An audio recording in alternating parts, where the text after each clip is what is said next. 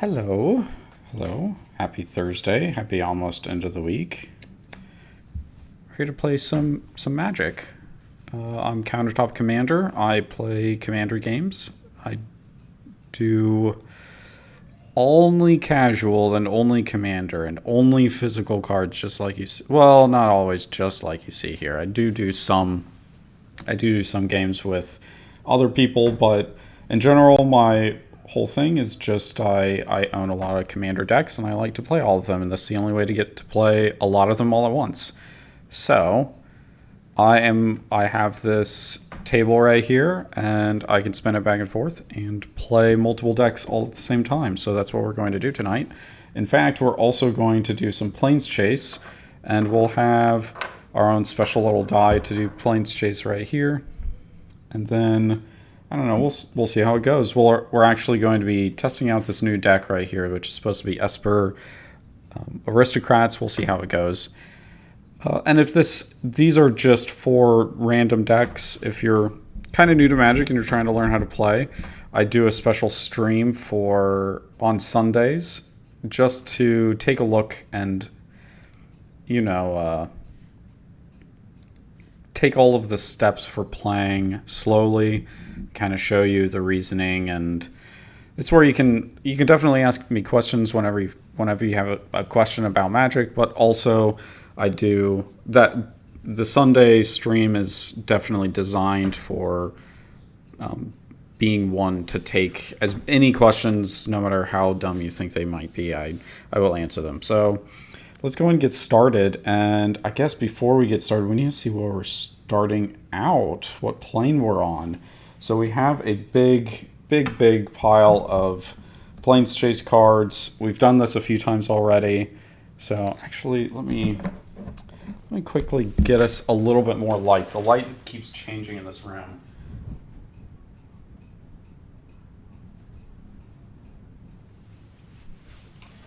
There, that looks a little bit better. I like that a little bit. Yeah, so to show off again, there you go. See, you can kind of see them a little bit more. There's a ton of these. We've already played through a decent number of them. So these ones don't get put back. We're going to try to get through the entire pile of Planeschase cards before we reshuffle. So whatever's in here is the only ones that can show up. And to start it off, we are in the Sea of Sand, Rabia. And let's see, players reveal each card they draw, and whenever they draw a land card, they gain 3 life, and whenever they draw a non-land card, they lose 3 life. And then whenever you roll Chaos, put target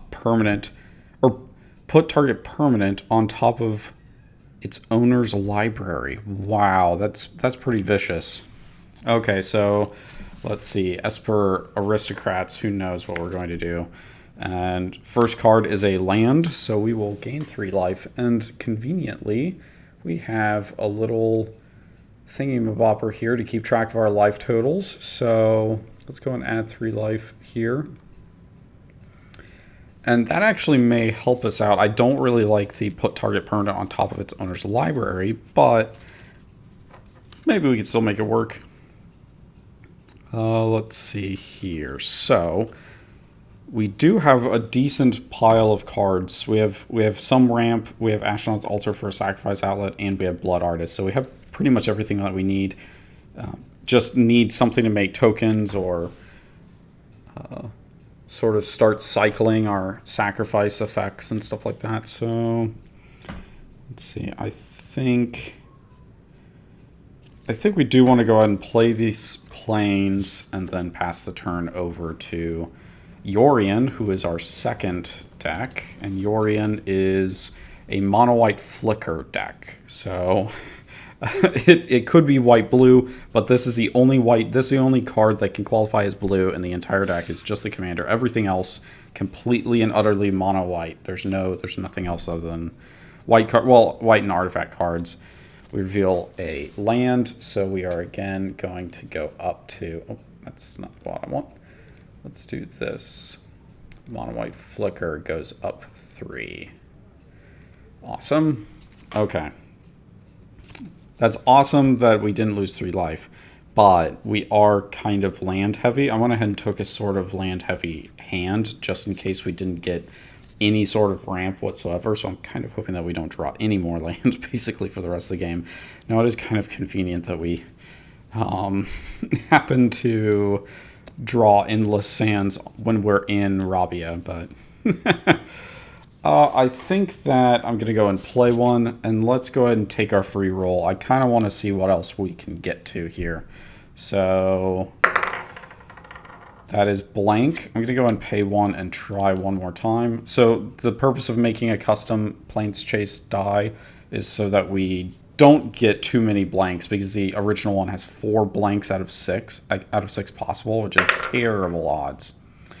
Oh, okay. Well, of course we have a an apocalypse counter. So apocalypse just means that it destroys all non. If we roll it 3 times, we go to an apocalypse, which automatically changes the plane by literally destroying it catastrophically, cataclysmically, and everything that's non-land gets destroyed. So hopefully not too soon do we get that, but who knows. Okay, so our third deck is Kelsey and the Plague. This is supposed to be kind of a, I don't know, almost a Halloween deck. So it's all built around like assassins and sort of slasher flick type movies is what it's supposed to be based around of. And let's see, our first is not a land, so we are going to lose 3 life, unfortunately. Unfortunate. Okay, but we did get a draw spell, so that's nice. We will play Nomad Outpost into play tapped. We definitely need the 3 colors of mana. And we are going to take our free roll, which is a blank, unfortunately. So let's keep going on. Our final deck is one that I've affectionately called Super Scooter, which is just, it's just Zerda. I guess Zerda is now probably the dog of Radagon now. Yeah, Radagon, yeah. But for me, it's just a red Foxy type deal. And we're just going to try to take advantage of its abilities. It's a deck essentially just built around it. So our first card is a land. That's nice. We'll gain 3 life. Wow, the slashers just got the dead end of the deal right there. I think actually we are going to go ahead and put it into play tapped. The red mana is going to be good, plus losing a turn. Our first turn to a tapped land isn't that bad. So we will roll, and we got an artifact. So let's see. Yeah, so okay, so this is a relic is what I've been calling it. And what we do with the relic is we have Ask Urza to give us an ability to put onto a fresh new card. So let's see. And the one that we rolled is the 4. There's 2 different numbers on our relic symbol, and one of them's a 4 and one of them's a 7. So we rolled a 4, and so that means that it's the first ability here. Add X mana of any combination of colors where X is the number of creatures you control. Ooh, interesting. So I think, how do we want to do that? Because, yeah, it's a +1 loyalty.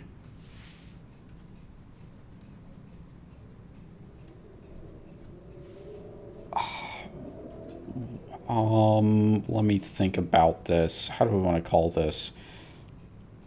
Menagerie Mox. That's what we'll call it. Menagerie Mox. And it's the, let's see, we will do, I think 4 mana is a good set for that. 4 tap sack. Add X mana, any color.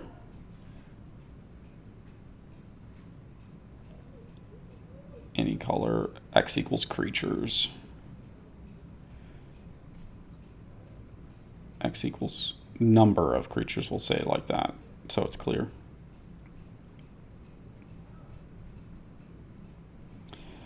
And we will say this is an artifact, definitely. Ah, there we go. Menagerie Mox. So, that is a singularly amazing one. And we will go ahead and clear that out. Let's see. Let's go and do that. So, unfortunately, that was our free roll. So, we're back all the way around to aristocrats still in the desert. That's going to be...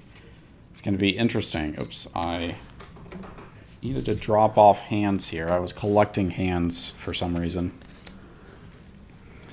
Okay. Next go over here. We will reveal the top card. It was a land, so we're going to draw... or we're going to gain 3 life, not draw anything. Someday we may draw some cards, but not right this second. Interesting. Unless you have 2 or more opponents. So that's... We do have Tithe. I don't really know that we need Tithe right now. So let's go and just ramp a little bit. We will put the Morphic Pool into play untapped, and we will use it to cast Orsov's Signet, which should get us a little bit closer to Chromium at some point. I mean, this is going to be really good if we can get to... I think what we'll do is we have this Perilous Research card. So if we don't draw another creature that we want to sacrifice, what we'll do is we may sacrifice one of our lands, and then we can essentially sacrifice the land and then play Tithe so that we set ourselves back in land for a single turn. And I think that we're just going to stay on the Sea of Sand, honestly. It's not hurting us too badly, and the life loss sooner or later will hit other players. So I think that's good. Yorion, though. Yorion is one that didn't like it. Yorion wants something else, especially since they just lost another 3... Or they just lost 3 life, so...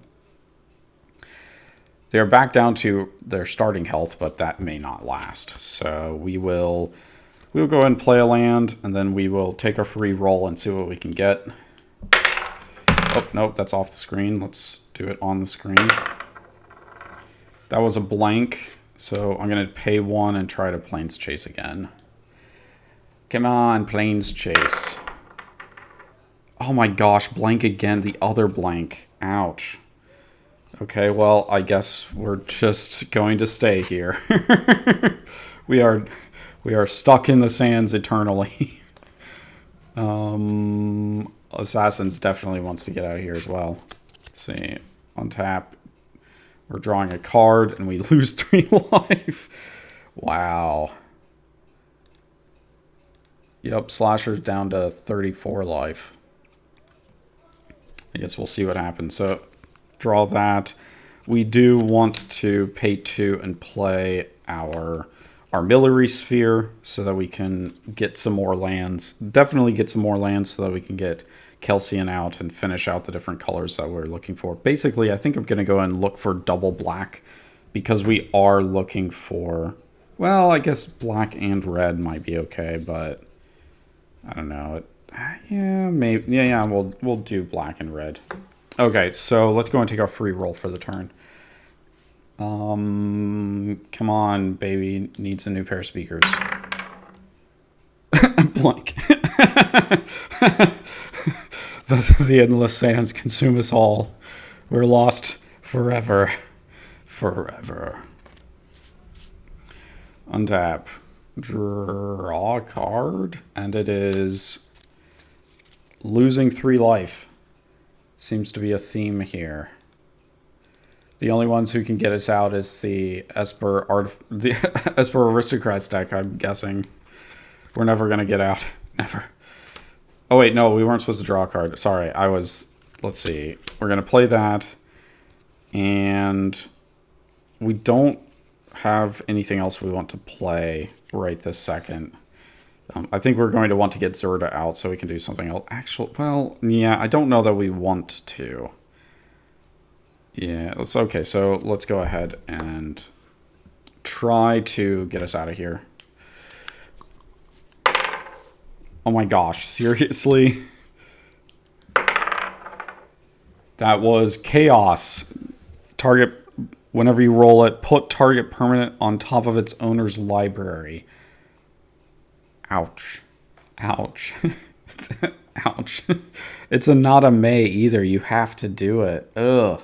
Okay, well, we're putting the Orsov signet on top of their library. Now maybe they'll want to change. Who knows? Change to a different plane instead of staying here. It could have been meaner. It could have been land, right? If we didn't know that they had tithe. It could be meaner. It could be land. Okay, so we reveal this and lose 3 life. Oops, not 4 life, 3 life. So we are, let's see, so Esper Aristocrats is still ahead, but, okay,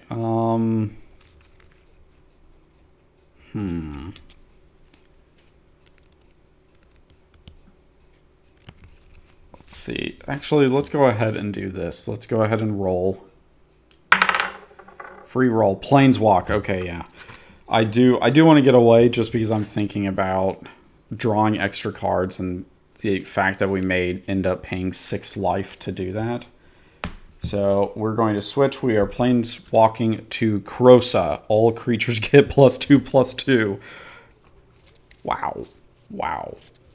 Wow. Okay, that's a thing. That is definitely a big thing. And whenever you roll Chaos, you get 1 of each color of mana. So let's go ahead and do Glacial Fortress. We will pay 2 for Orsov Signet, and then we will tap the Glacial Fortress and the Orsov Signet to be able to play Blood Artist, which seems pretty good. We have a lot of tokens in our deck once we get down to it, and we have a lot of creatures that return from our graveyard, so +2/+2 is a very, very strong swing. And if we can get out our commander as well, that's gonna be really booking it. Especially we're not actually too far off, especially since we have Ashnod's Altar in hand. So I think we're staying here. This seems good. This seems real good. I'm liking Krosa. But I don't think Mono White is liking Krosa because they don't have any creatures. And they have like 1 creature in their hand. Thought Vessel. Ugh. Play a land. We do have Yorion, but we don't really have anything to do with Yorion. So I think maybe this means we... I guess maybe... do we... I don't know what Blood Artist is going to do. So I think it makes okay sense to go and play Thought Vessel here. And we'll hold off. We do have 2 different pump cards in our hand. So if we can get a good something or other going, if we can get a single token generator out, we'll be golden. We'll be perfect. Perfect. So let's keep moving. Moving over to the Slashers, who, unless they draw a land this turn, they're probably digging for land. Untap. Draw a card. And yeah, nice. Okay, so I think in this case, since we're getting +2/+2 and we did draw a land, we have creatures in our hand. We're going to be dealing a lot. We're going to be dealing hefty damage here shortly. So let's go ahead and play that. We will pay 3 and play Kelsian the Plague. We also don't really care about power and toughness because a lot of our, like destroy tapped creature, sacrifice a creature and destroy target non-black creature. Like we're not too concerned with power and toughness here. So, let's see. We can deal 4 damage right now. We don't have any experience counters. Oh, and we did lose. We went back to 0 on our Apocalypse. So, let's see.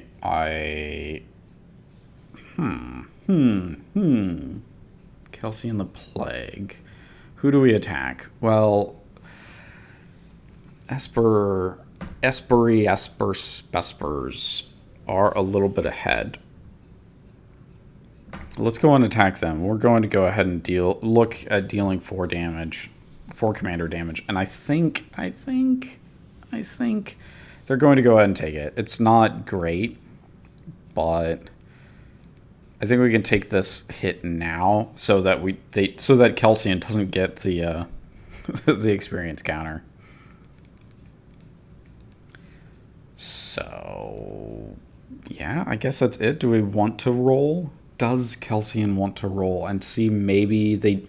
Well, I guess maybe we would be able to kill Blood Artist if we could move off this piece of rock. So let's go ahead and see what our free roll does.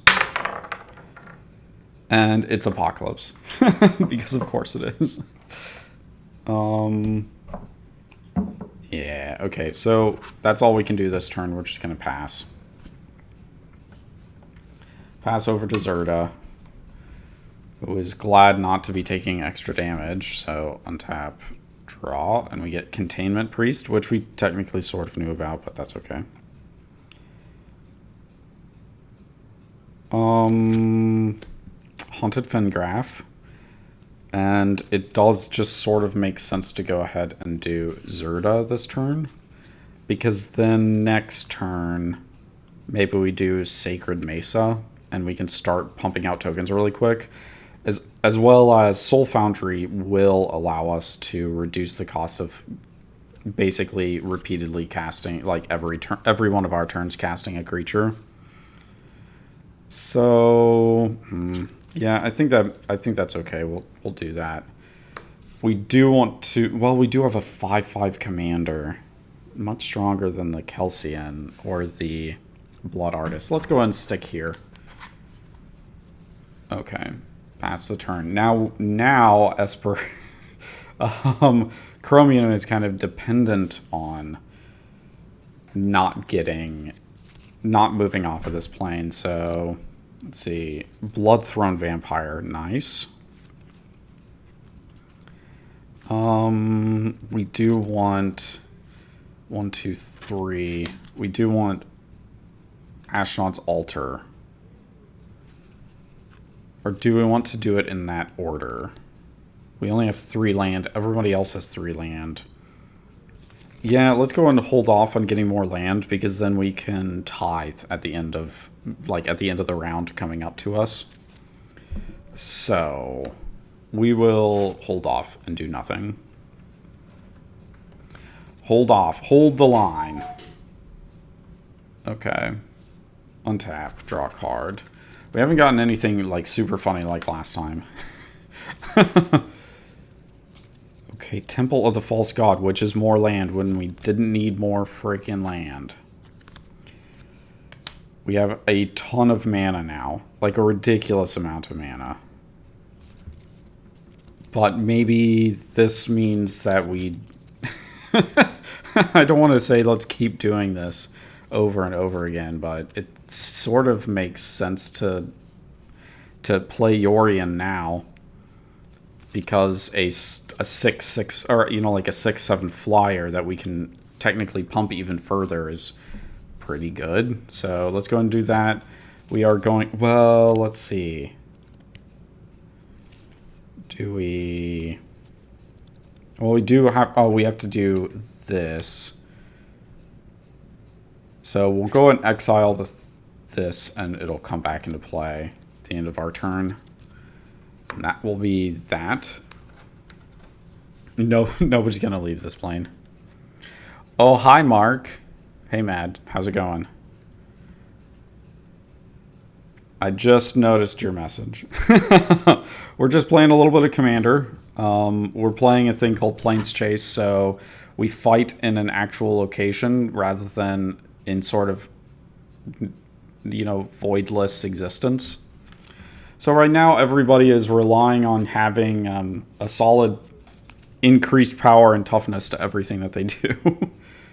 We will draw a card. Garna the Blood Flame. Okay. Well,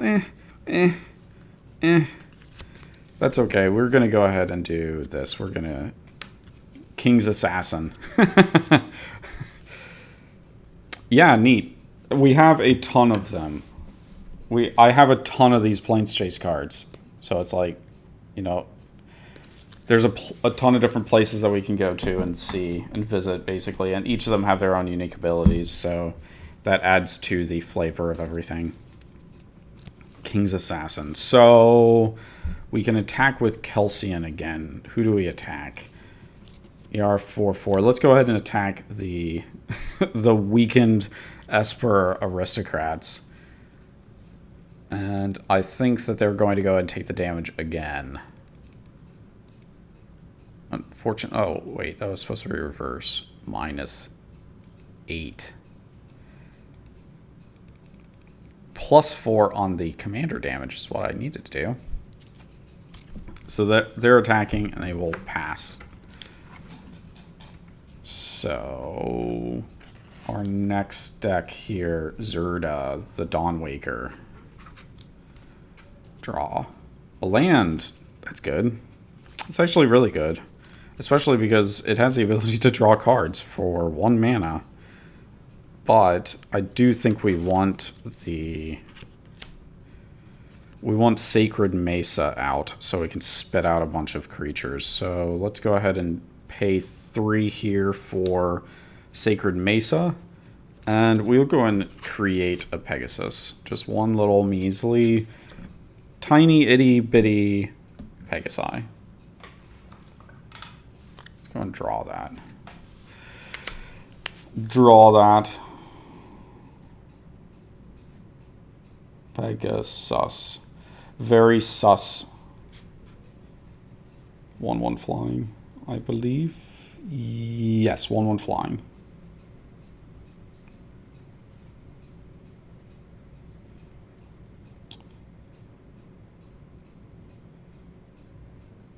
I do not know how to draw a horse, so we're going to see me draw a very bad horse. Oh god, that's fucking awful. Very angry, poorly drawn horse.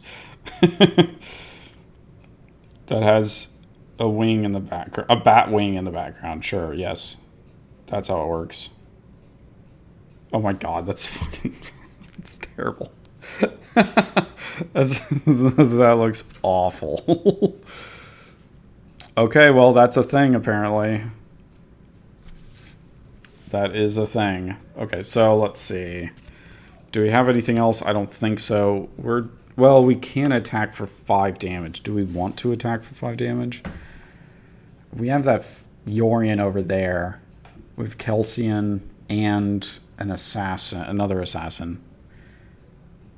You can't.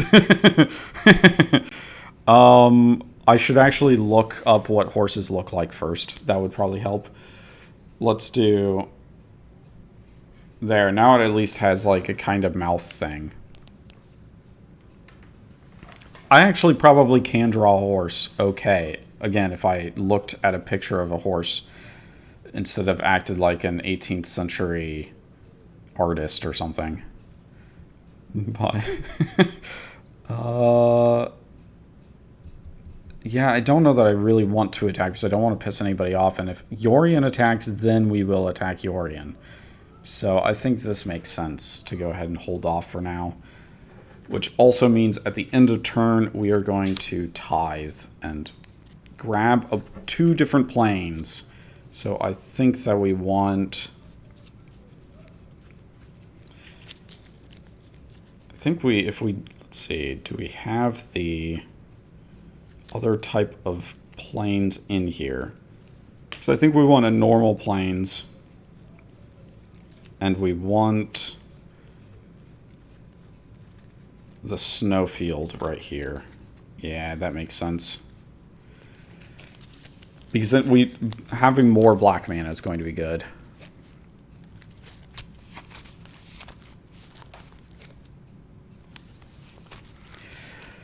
All of the black manas. We have a ton of black mana related things, so we wants them. We needs them. Go and put that in our hand. Because unfortunately none of it goes onto the battlefield. We can't cheese it that way. Oh. Krosa is way over there. Let's re-grab Krosa. Untap. Draw a card for the turn. It is a Plains. So we do have... We could cast Chromium now. And I think maybe we... Yeah,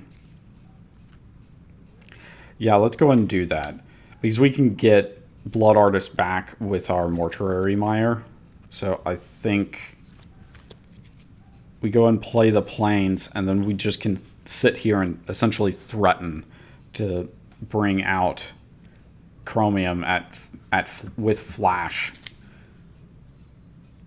Is there anything else we do want to do? No, we're just going to hold up the mana. But I do see the value in getting out of this plane now. I mean, Chromium will be almost a 2-shot. Or can we make it into a 3-shot? I don't think so. Not right now. So it will still be 3 attacks regardless until we can pump it up. So let's go and try to get out. Chaos. Oh, we get to add 5 mana to our mana pool. Whoa. Whoa. That's an interesting concept.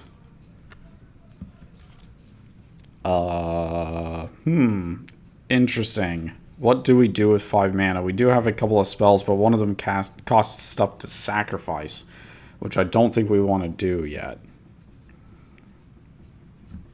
Maybe this just means that we... Maybe we just go Chromium. There we go, 7 mana. We used 5 of it, so let's go ahead and pay 1, and we will try to, again, get off of this plane. Nope, so pay 2 more mana. Let's keep going. Chaos again? Okay, well, I guess we're using white and blue. No, blue and green mana to cast Perilous Research, sacrificing Blood Artist and drawing 2 cards. And then each opponent loses 2 life. Or no, 1 life. Yes, Chromium. It really is Chromium. Chromium the Mutable. It's actually a sort of a remake of an old card. I'm trying to see. Actually, maybe it'd be better if I just brought it up on the freaking screen instead of being an idiot. Hang on. Hang on a moment. We have the technology. Come on. Why aren't you showing?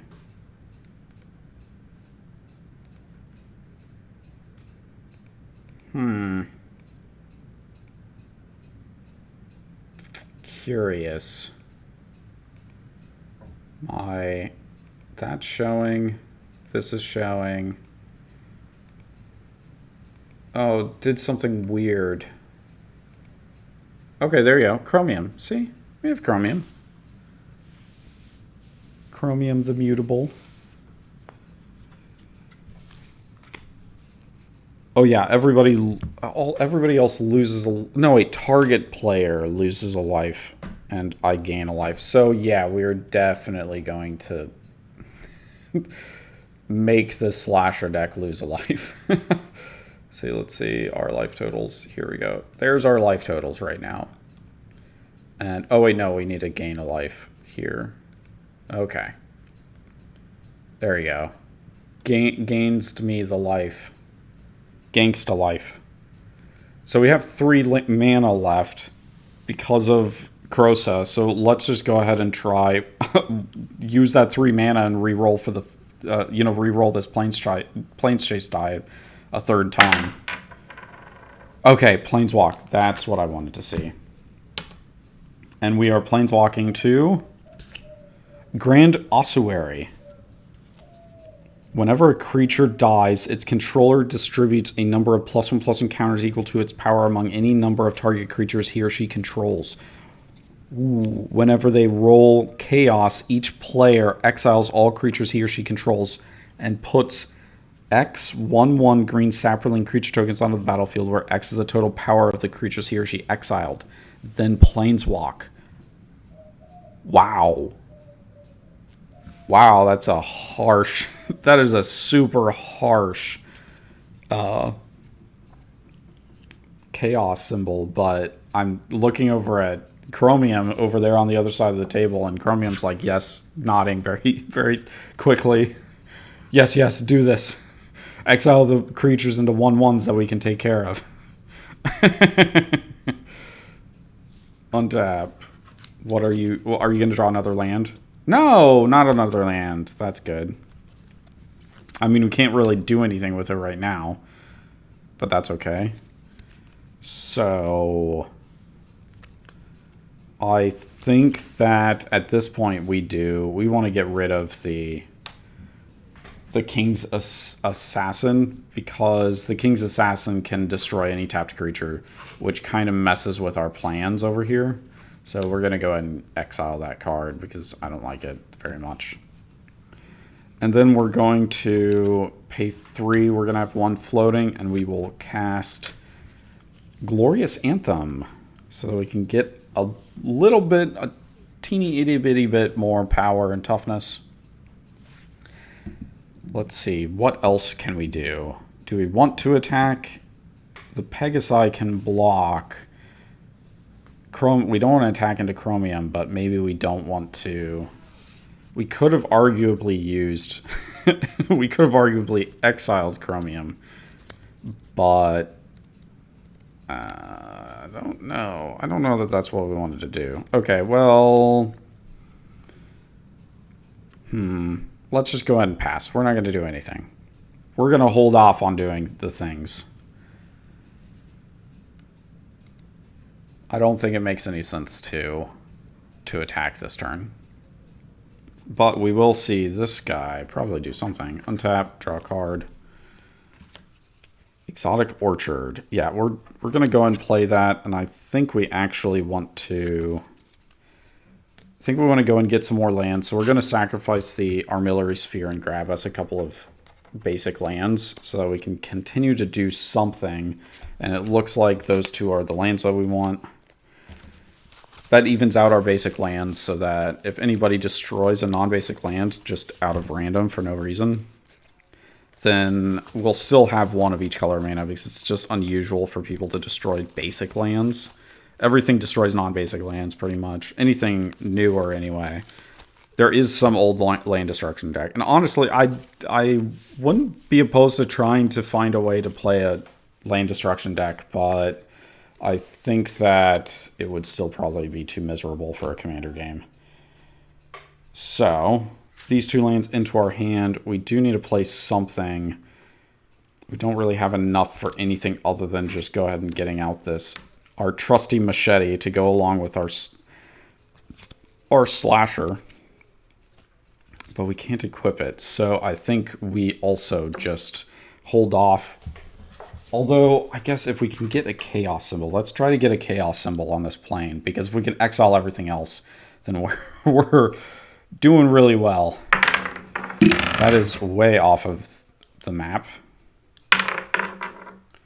Okay, relic time.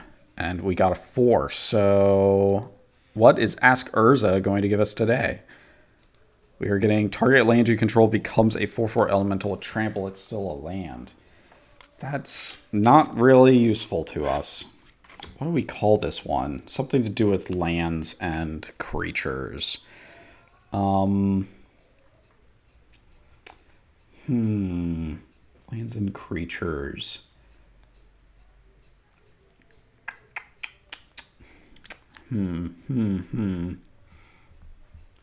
I think this ability, maybe we'll cost it, let's cost it a little aggressively. Let's say 3 cost tap.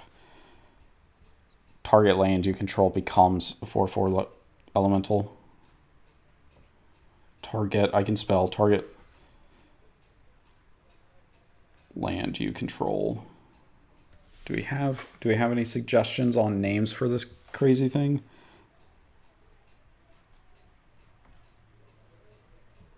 Becomes 4/4.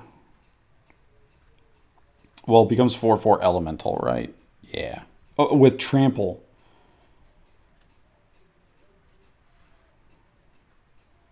Elemental. I can, right, elemental with tramp. Okay. What's a good name?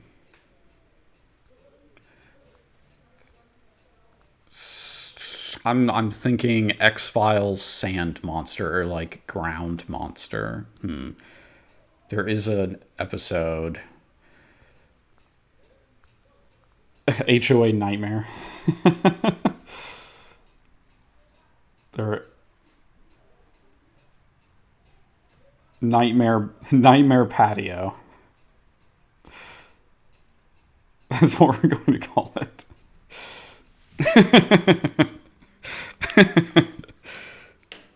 All right, that's what we're doing.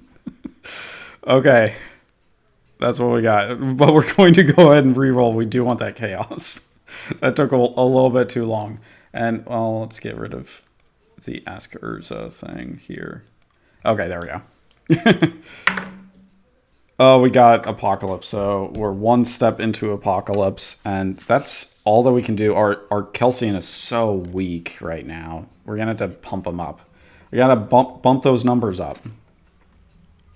Okay, Zerda, untap, upkeep. We do have to pay by sacrificing a Pegasi, so we'll take that off for now. We'll see what we draw. It's Eidolon of Rhetoric.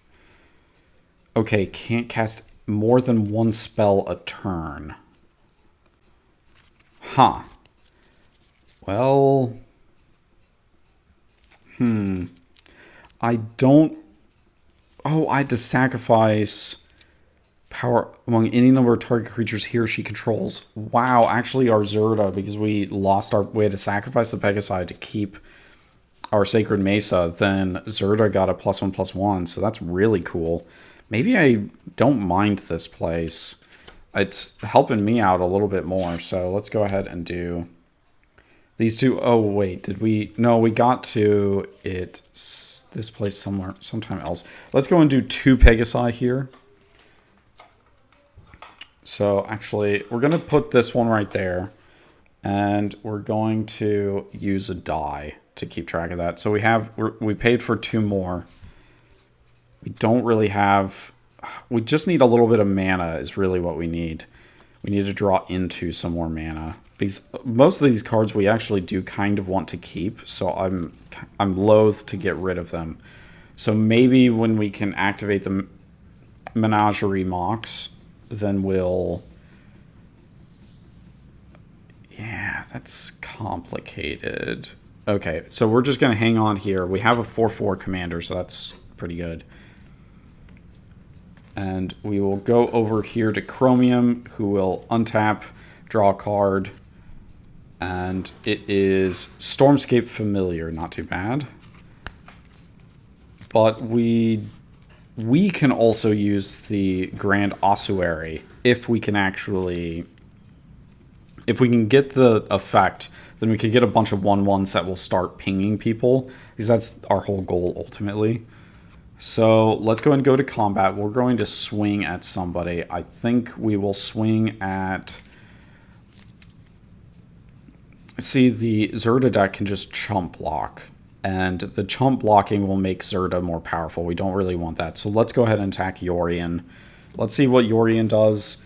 And I think Yorion... taking 7 commander damage. Yeah, let's go ahead and do that. We'll take 7 commander damage, which is not pretty whatsoever. That's 2 more hits, and we're done for it. And we're at 33 life to boot. So now, on our second main, we're going to go and roll Chaos and see what we get. Nothing. Okay,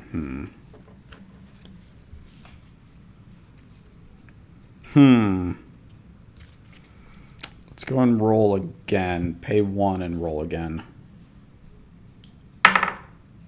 Planeswalk. Okay, so we're just getting away from the plane. Apocalypse goes back down to 0. We go to Argyrum. Whenever a white creature is put into a graveyard from the battlefield, return it to the battlefield under its owner's control at the beginning of the next end step. Whenever a non-white creature is put into a graveyard from the battlefield, return it to its owner's hand at the beginning of the next end step. Whenever you roll chaos, creatures can't attack you until a player planeswalks. Holy crap. This is exactly what I want. I don't want to go anywhere now. I want to stay here. Let's go ahead and play this Stormscape Familiar. We'll do Mortuary Mire, which allows us to put a creature card from our graveyard on top of our on top of our library. We will do that with Blood Artist. And let's also activate the Orsop Signet, and we will put into play Bloodthrone Vampire. I know, wait, do we want to do that? Yeah. Oh, no, because experience counters. That's not good. Do we... Oh, no. Do we want to do that? I don't... Oh, no. We don't want to do that at all because freaking Kelsey, a little jerk over there, definitely wrecking us. Being able to one-shot our creatures. Okay, we're just going to stick here. We're okay with this. Well, I mean, most of the players here are okay with it in some regard. So, untap, draw. Oh, put that over there. Draw. Auramancer. Okay, well,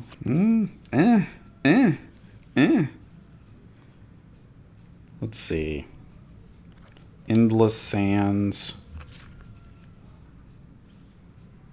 I mean, if we had enchantments in our graveyard, then we would care about that. But we don't have anything in our graveyard. Maybe we just try to get the chaos so that we can stop people from doing anything to us. So we're going to get an artifact. Oh my gosh, what is it going to be this time? Last time was something crazy. Ask Urza. Let's get rid of that one. What is it, Urza? This is a 4 again. Destroy target non-creature permanent. Okay, that is an easy one cost-wise. That's definitely a 7. 7 cost tap.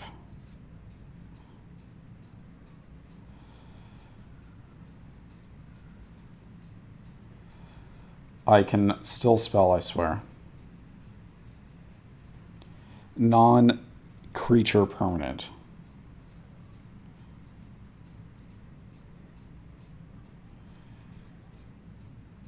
Non-creature perm. Non-creature perm. What would destroy... Oh, man. I don't know anything about perms. Hang on a second. What destroys? What ruins a perm?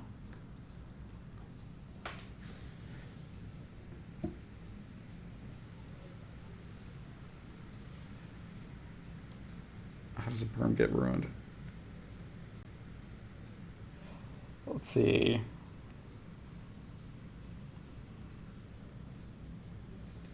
Let's see here.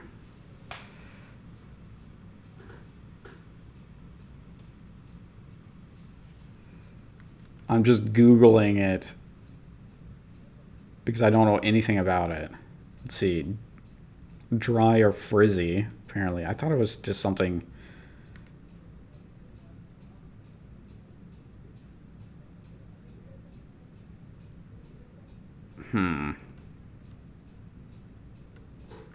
Okay, that wasn't as easy as I thought. That was a good idea, but I don't know where to go with it, unfortunately.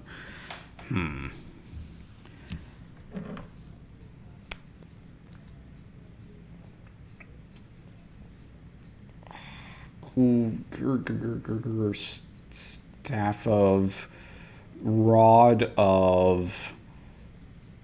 Not Ruin. That's an actual card. Rod's Rod.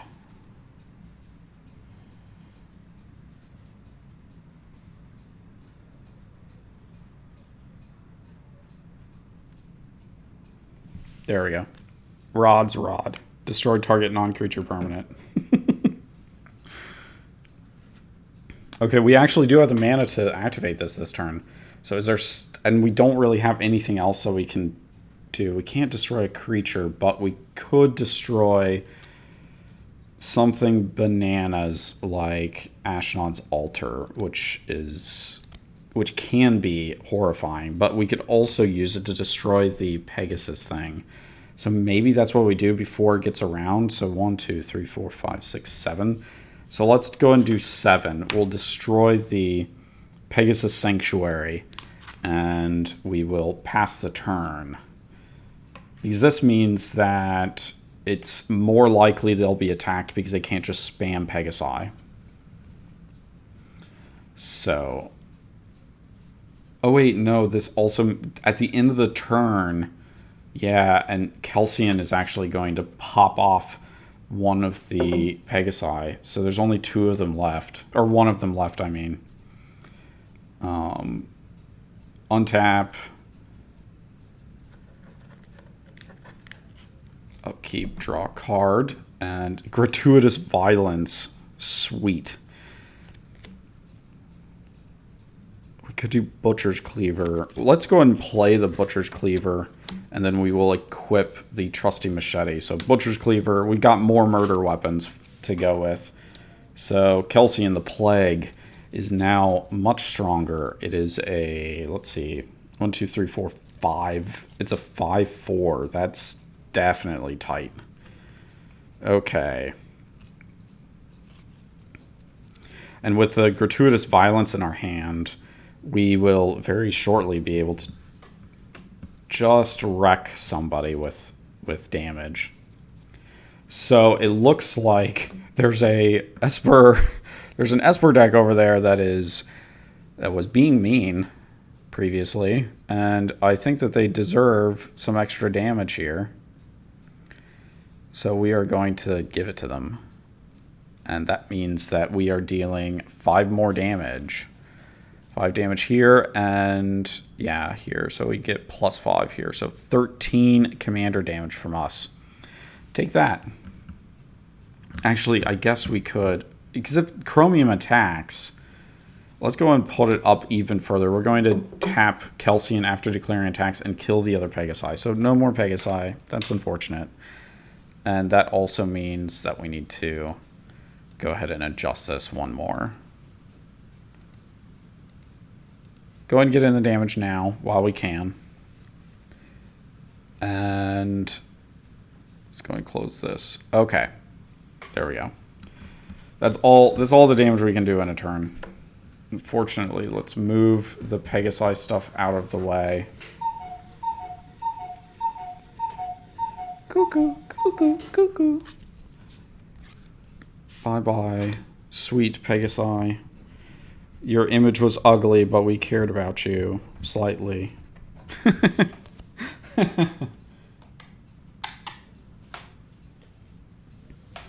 Yeah, do you like it? We love it. We love our cuckoo clock. It's great. Draw a card. Sunhome Guildmage. Okay. That seems good. It seems like it might be good. Do we...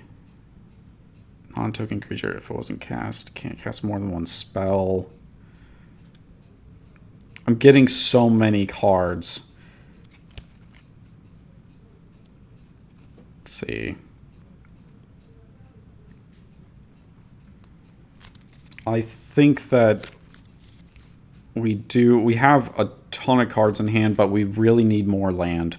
So we're going to take a turn to play Elkin Bottle. So it is, let's go and look it up real quick. Because the rule, it's a really old card.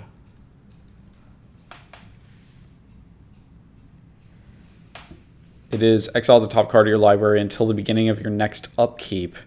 You may play that card. So we're going to try to use it to try to thin ourselves into some more land somehow. Because we can play the card no matter what. Yeah, so that means we can play it if it's a land. We haven't played a land, so we're going to go ahead and tap that. We only have to... It's normally costing 3, but Zerda reduces its cost by 2. So exile the top card. It's a land. Awesome. Let's go and play it.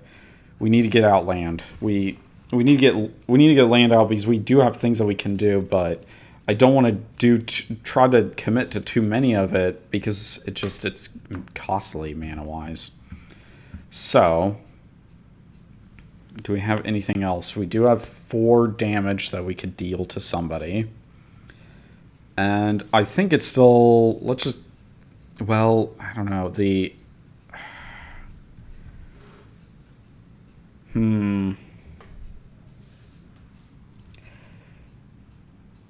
Rod's Rod over there did deal us a hit, but we can't do anything about it because our Yorion is too big. So we're gonna hold off. We're not gonna do anything. We're just gonna pass again. Where's our... Yeah, okay. Here we go. We are going to untap, draw a card, tap this, and Blood Artist. But we're stuck because Kelsien really kills some of these decks. I mean, these decks are kind of all can be white weenie type stuff, meaning in the sense that they make a bunch of small creatures, but those small creatures can get tagged by our slasher over there. The weak ones die off first.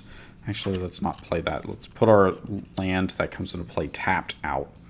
Because unfortunately, all of our cards at this point are cards that sacrifice. Although, I guess with... Man, that's harsh. Okay, so let's go ahead and attack with Chromium. We're attacking Kelsien because we need to get rid of Kelsien. Badly. Very, very badly. So, they are taking 3 damage. Or 7 damage, I mean. And we are going to try to stick it out by... We're going to start with the... No, we need that. We're going to pay 2 to cast... This is into play tapped already. Stormscape Familiar. And then we will pay a black here for Bloodthrone Vampire and 2 more for another black so that we can play Blood Artist. Which means that we emptied out our hand, but... And each of these creatures can die. It just means that even if they die, they'll return back to our hand at the beginning of the next end step unless somebody exiles it. So I do think that that is useful to us, especially because the Stormscape Familiar does allow us to block Yorion if we need to. Because they could come after us now. So untap. Crap. Untap, upkeep, draw a card. And it is another land. No. Let's go ahead and pay 7 and we will tap rod. We will be tapping that rod and destroying Ashnod's altar. There we go. No more free sacrifice things. And we're also going to, which may not have been like necessarily perfectly smart, but who knows. We're going to roll a die. We're going to try to get that chaos so nobody can attack us until we planeswalk. No, we're just going to get another artifact. No, says the game. Urza. Wheel of Urza. Turn. Tell us a lesson that we should learn. 3/3 black beast creature token with death touch. That's what we're getting. Let's paint ourselves a picture of a black beast. Ooh. What is this called? Zool's statue. Zool's figurine.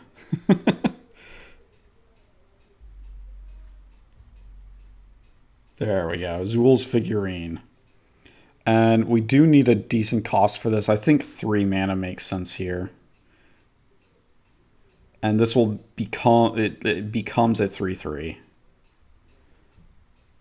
We won't have it create. We'll have it becomes.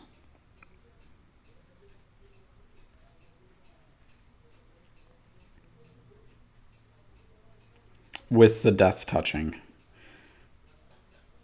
Touching. Bad touch. Bad touch. Death touch. There we go. I can spell. I'm looking at it and I can spell.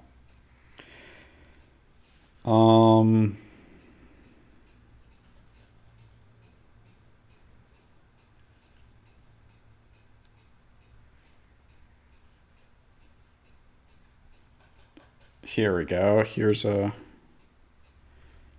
I'm not Dana. Oh, this is an artifact. Artifact. This is also an artifact. There. Awesome. No, we don't need it tapped. We just need it pay 3 to make it into something. Okay. I can make cards, I swear. Do we want to move away? We rolled it once. Let's roll it again. We'll pay 1. See if we can't get out of here. No, we're not getting out of here. And we're not getting chaos. So, oh well. Oh, need to take Urza down. Calcian untaps. Sees the nice, pathetically weak creatures over there. Untap. Draw a card. It is Blade of the Blood Chief. Holy Christ.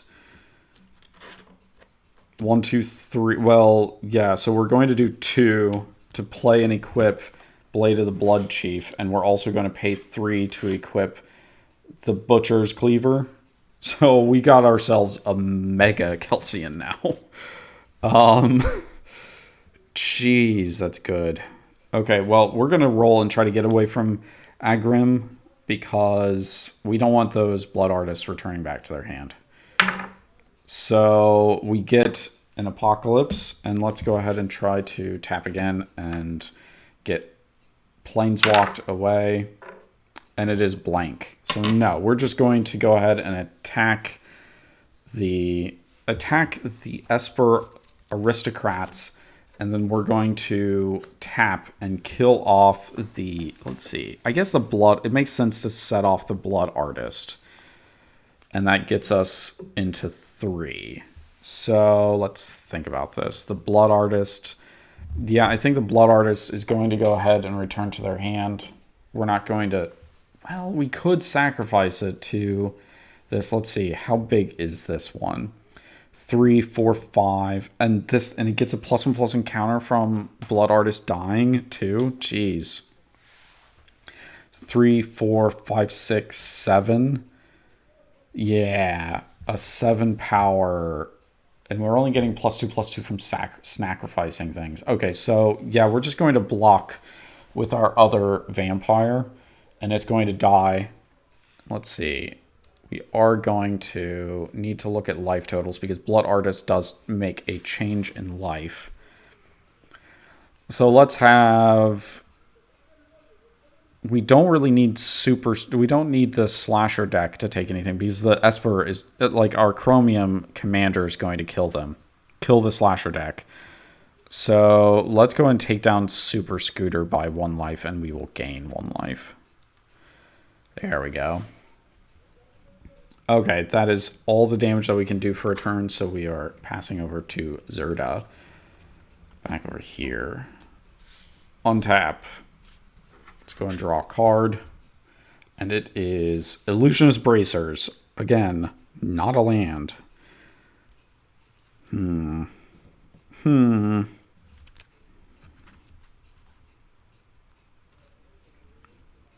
What do we want to do?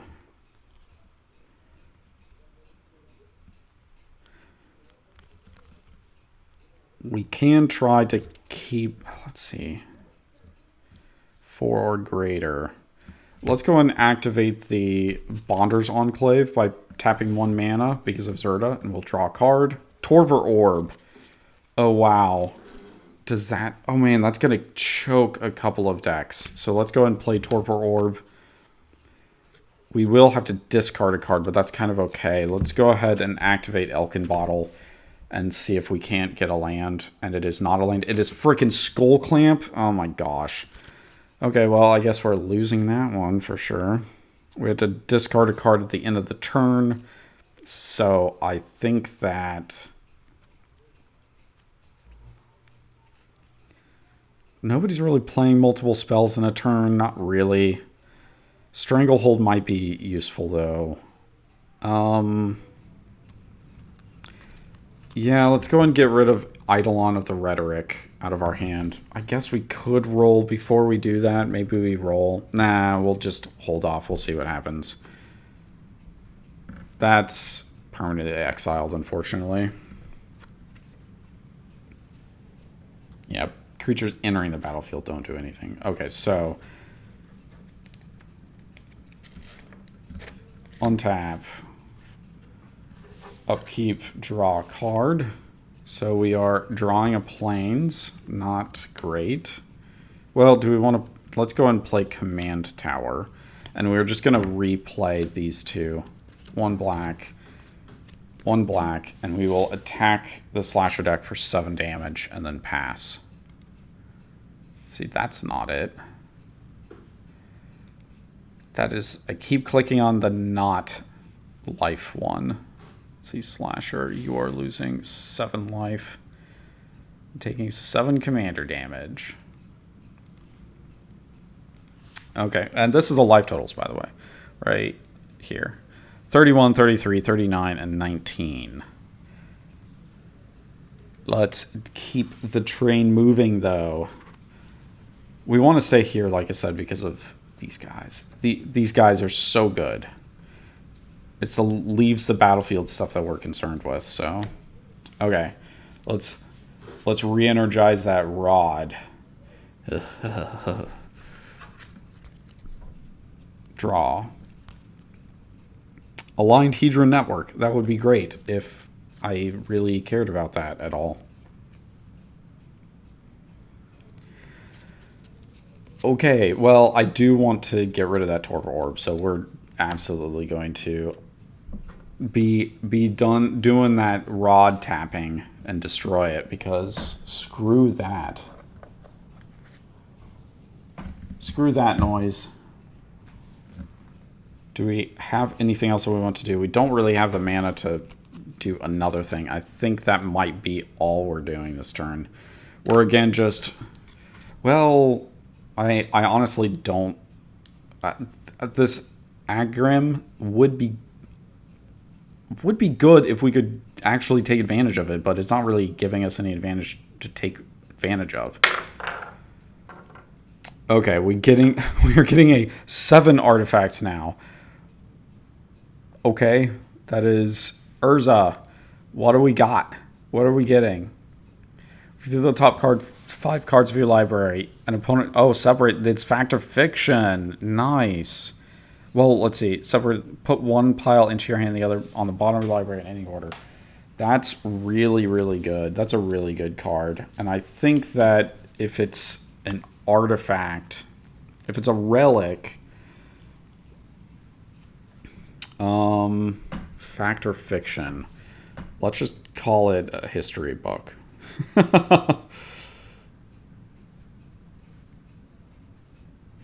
Or what? No, let me think. No, we'll say we'll be even more specific. 11th grade history book.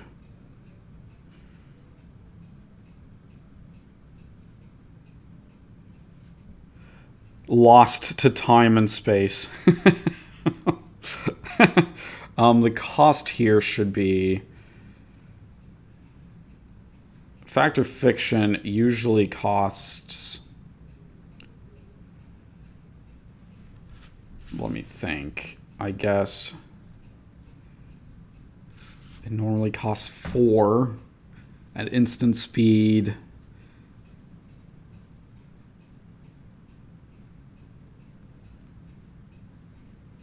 I think that maybe 5 cost. That may be really aggressively costed.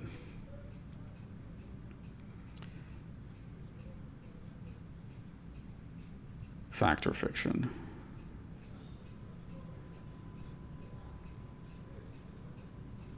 Okay. I do like that. It's gonna be able to allow this mono white deck to actually do some more stuff. So I think that that's definitely a card that's gonna get used. We need to turn this off again. Okay. What? Oh wait, this is not our hand. This is our hand. But we don't really have anything else, so I think that maybe we just pay 1 and try to re-roll and get ourselves out of here.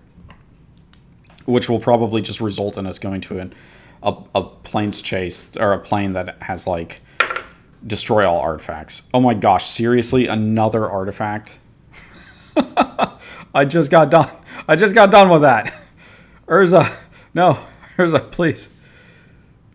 Reveal the top 5 cards of your library. Put all creature cards revealed this way into your hand. What? Oh. Ooh.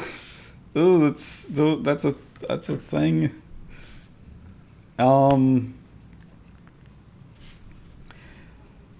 What is that effect anyway? Beast Hunt? I think that's what it is. Let me look. Let me look up Beast Hunt, and then I'll turn this on so you can see me looking it up.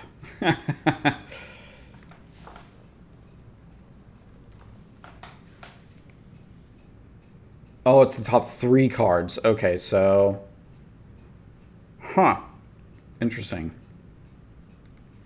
Okay, well, let's hide that. Beast Hunt. Oh, an artifact that finds creatures out of our library.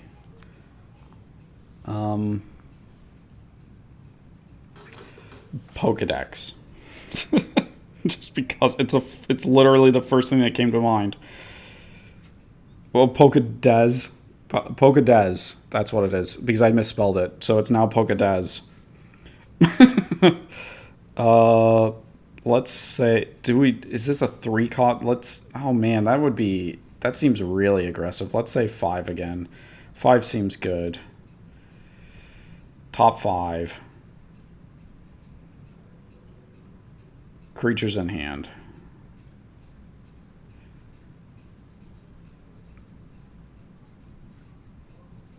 There we go.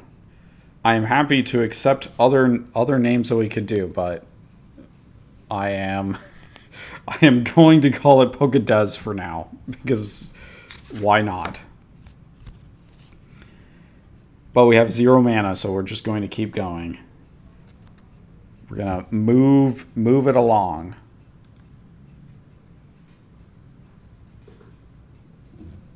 Something going on, Matt?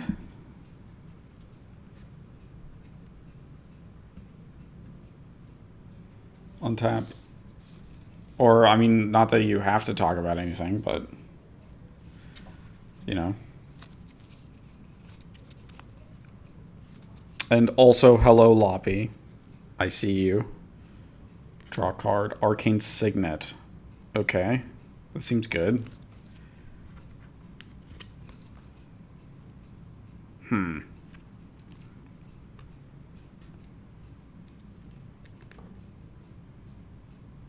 Exotic Orchard. We do have red for an opponent. We need 3 red. Okay, so yeah. Well, I mean, that's our 3 red right there. So let's go ahead and tap 2 Arcane Signet. We're going to tap all of these and play Gratuitous Violence.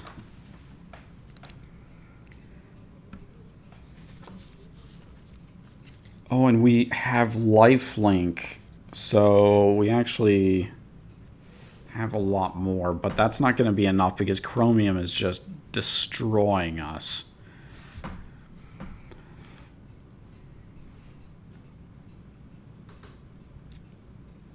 We did gain, let's see, we had 3, 4, 5, 6, 7, 8, 9, 10, 11. Is that correct? 3, 4, 5, 6, 7. Yeah, so we dealt 11 damage last turn. I wasn't paying attention to the life link. So we actually gained 11 life, but it's not so much going to matter because commander damage is going to destroy us. So I am going to go ahead and try to attack the Esper deck. And I'm going to tap and destroy the Blood Artist so that we can get +2 power. Which means that we don't have trample, so we still can't really do anything about dying next turn, but that's okay. Let's go and bring up the life total. And not that one. That's not the life. That's not a life total. Sheesh. Life total. Okay. So with gratuitous violence and the thing that we just did, we were dealing 4, 5, 6, 7, 8, 9, 10, 13 damage. Well, I said 11, 13, but we actually gained 26 because we're dealing double damage instead, which should be enough to kill. If we had trample, we would be killing the Esper deck, but not right now. 26. There we go. Adjust. There might be some clicking in the background for the primal going on. The primality happening. Let's just try to do something. I guess we could have destroyed all. I'm stupid. I got greedy. I did gratuitous violence. Apocalypse up to 2. Okay, that's fine. I mean, it's not fine, but it's fine enough. Maybe we get to Apocalypse 3 and destroy everything, and then it's all better. Okay, let's bring this down. That was an error. That's what I need. I need to like have redeems for, or a counter for how many times I make an error, like a really bad error. Untap. Draw a card, and it is Mirror Entity. That is what I like to see. That makes way more sense.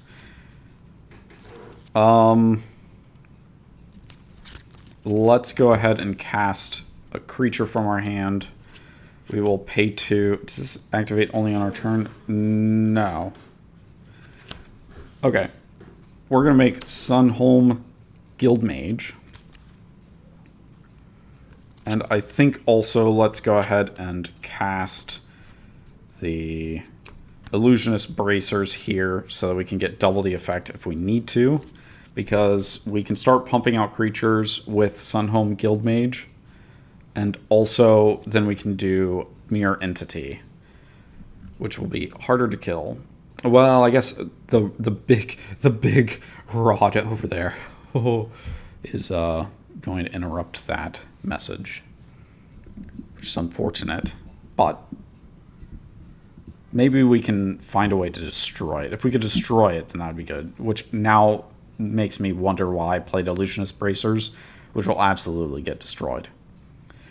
Okay, well, we're not going to attack anybody. We're just going to hold off.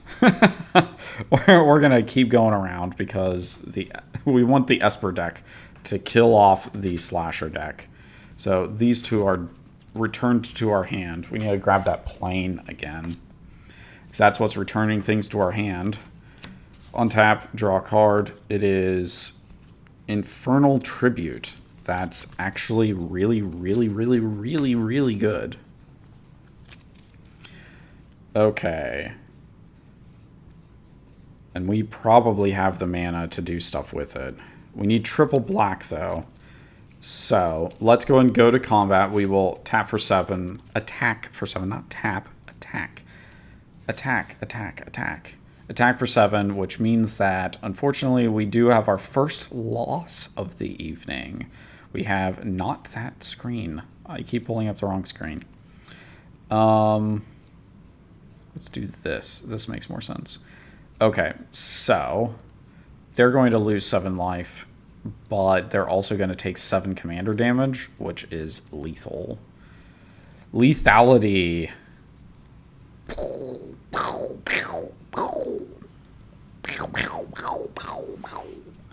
Okay, now we can do other things with our turn. And we should have made somebody else lose a life and we gain a life. We shouldn't be at 31. We should be at 32. We did this twice. And Super Scooter, you're going to lose another life because I said so.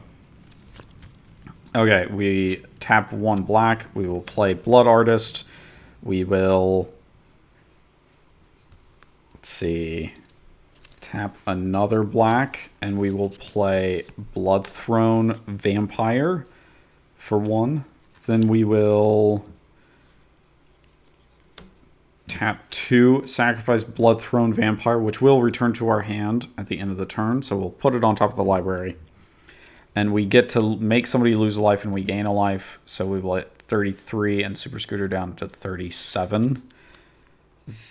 And we need another black mana, so let's go and play that. We will play Infernal Tribute.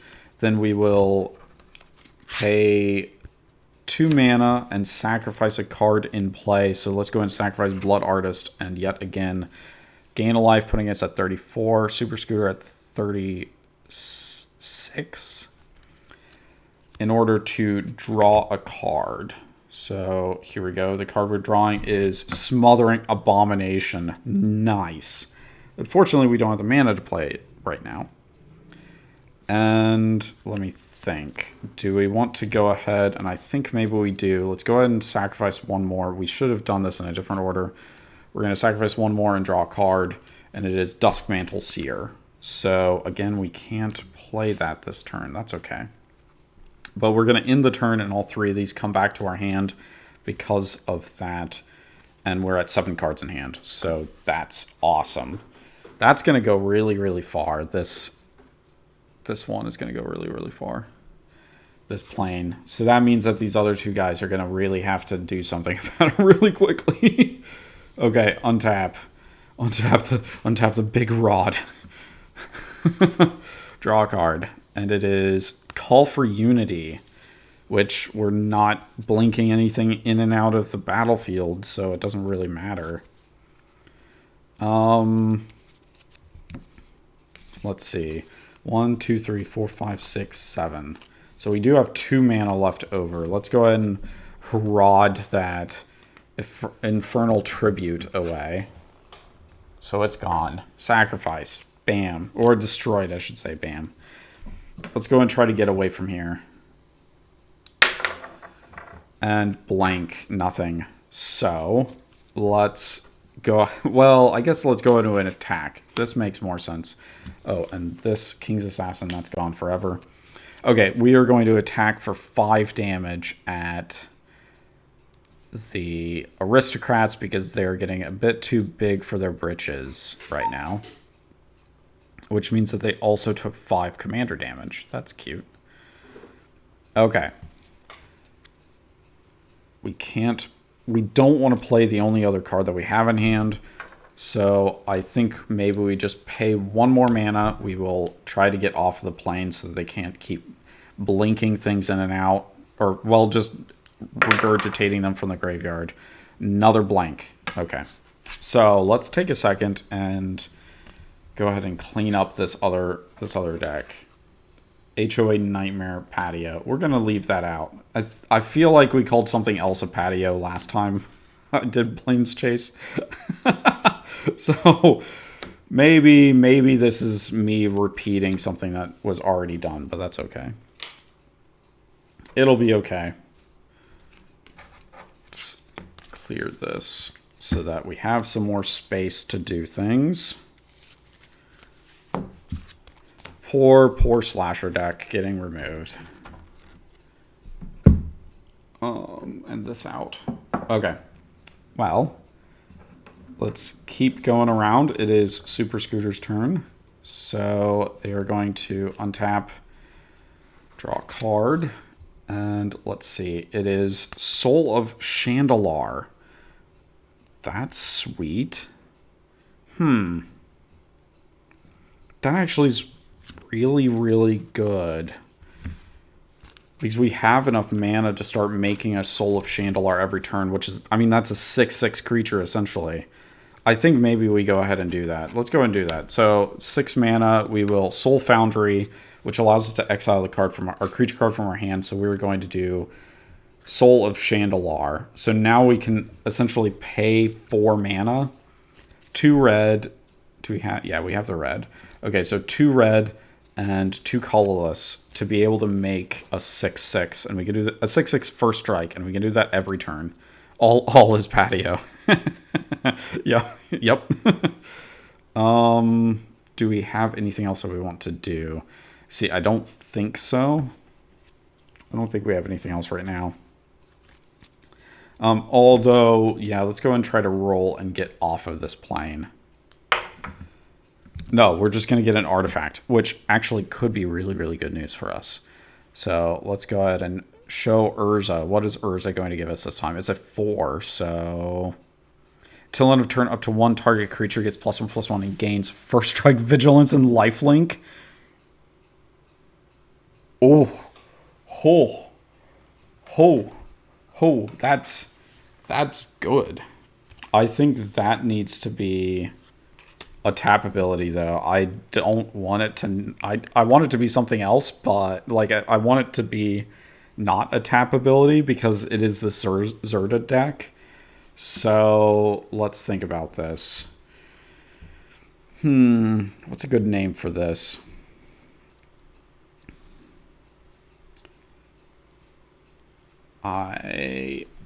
Something first strike, vigilance, lifelink. And +1/+1. Hot sloppy dagger. That's what we're gonna call it. Maybe just the hot sloppy. And we'll draw out a dagger.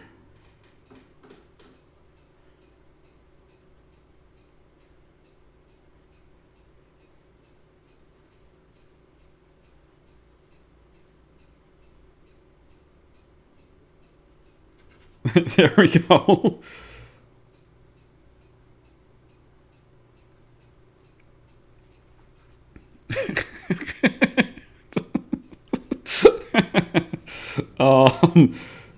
I think 3 is a good... I mean, like... 3 is a good choice just because it's Zerda getting it. I don't think necessarily means that we should purposefully overprice it so that they don't use it. I think we need to do... Creature gets +1/+1 first strike, lifelink, and vigilance.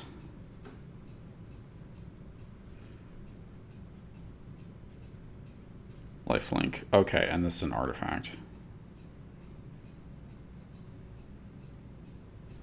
Yeah. Yeah. We even have a mana to use it with, too. Okay, well, in that case... well, let's go ahead and activate that hot sloppy. And give Zerda +1/+1 first strike, lifelink, and vigilance. And we will attack for 5 damage at somebody. Let's look and see who we're attacking with. And I think, actually, Yorion needs to get some love over there. Some fierce, hot, sloppy love. Yeah, there we go. +5. And that's because Yorion just attacked. That's why we're doing it. It's not random. It's not just because. It's because Yorion has a creature that we can't deal with. So we're going to attack while we can. I mean, Chromium at the same time, but... I mean, sooner or later, it won't matter. We're going to be getting a bunch of big boys. Well, maybe. There's this destroyed... There's this looming big rod on the horizon. Destroying things. Stampeding its way through the battlefield. So that could make a big difference. But who knows? We'll see. Untap. This goes over there. Untap, draw a card. And it is another land. That's a bit of the annoyance.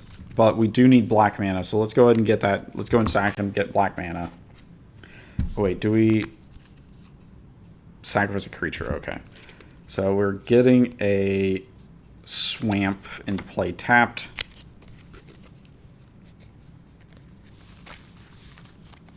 I guess I can, I mean, if I didn't have to hold it up like this, then I would shuffle more generally over out like this, but it's just, I do shuffle every time. To be clear, I do not do the cheating. I don't set these games up to be a specific way, no matter what Loppy says. Okay. So, Duskmantle Seer. To force people to lose some more life. Let's go ahead and try it out. It's a new card. I don't know how it's going to go. Let's do... Oh, wait. I guess we can... We can do... No, wait. We want to... This and a white mana. That and a white mana to cast Stormscape Familiar. Then we can pay 3 mana. Let's see, that's the blue that we need and the white and the black that we need to get ourselves Duskmantle Seer. So let's go ahead and cast Blood Artist, and we will also cast this guy. Is that who we want to cast? I guess yes. Yes, I think so. Because we do want the Smothering Abomination at some point. But I don't think it's...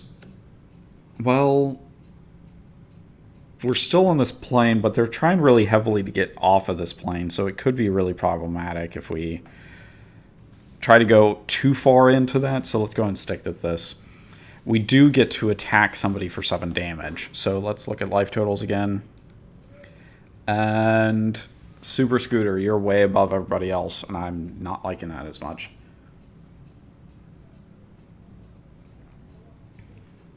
Although Mono White Flicker does have 7 commander damage, so we could keep building up the commander damage there. They do have the ability to destroy things. I think if we do get... Well, no. Let's see. Let's go and attack the Super Scooter. 7 damage. And right here... So we haven't really gotten to do too much of the actual aristocrat stuff of this deck. But it is still in existence. Okay, Duskmantle Seer. Beginning of your upkeep, each player reveals the top card of his or her library and then loses life equal to that card. So it's beginning of aristocrat's turn is when we draw extra cards. Okay. Untap that rod. So we can re-tap it again real quick. Card sticking to table. Okay. Draw a card for the turn. It is a Plains. So let's play that Plains, I guess.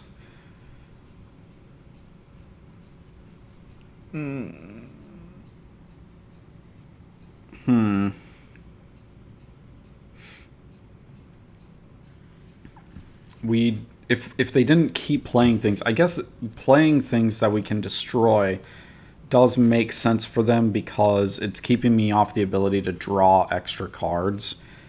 And maybe I need to consider doing that for a turn. Is that what we need to do?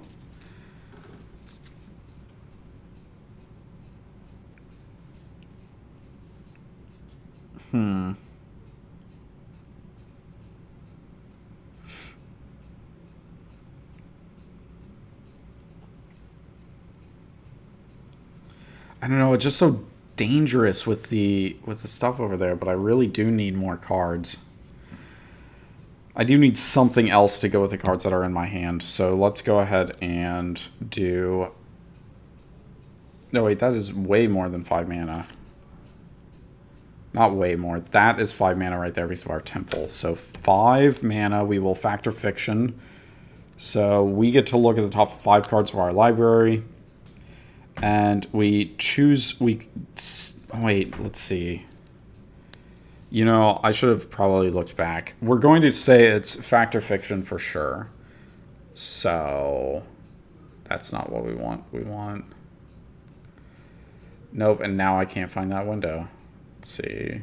Here we go.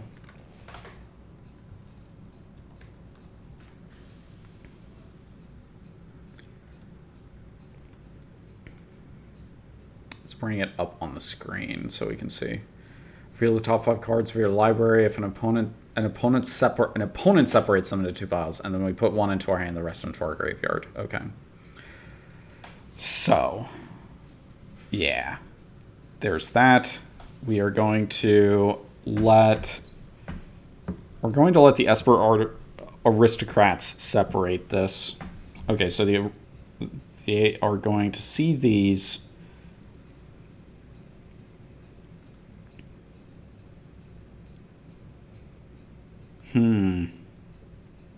This is really the problematic one. Restoration Angel is the one that's going to go crazy with Yorion.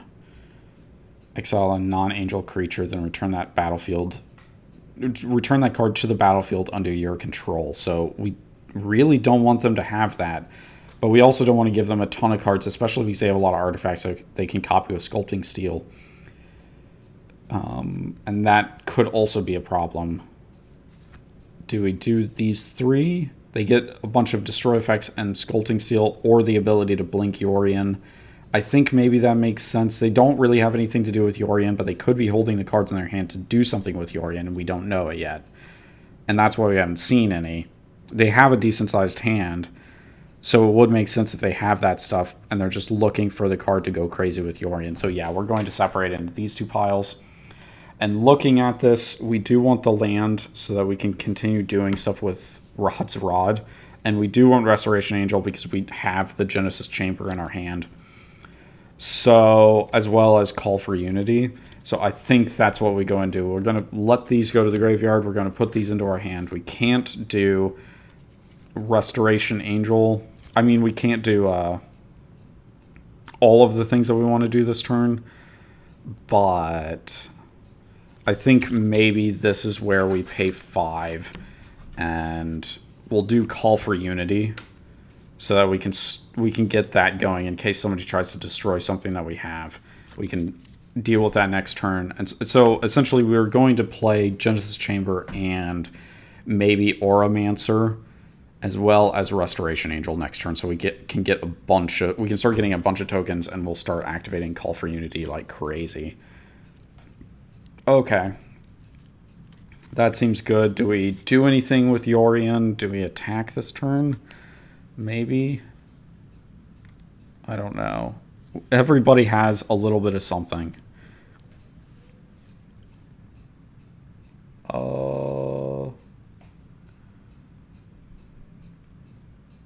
I think that we just hold off. I think we're just going to hang on to what we have and call it good. Pass the turn.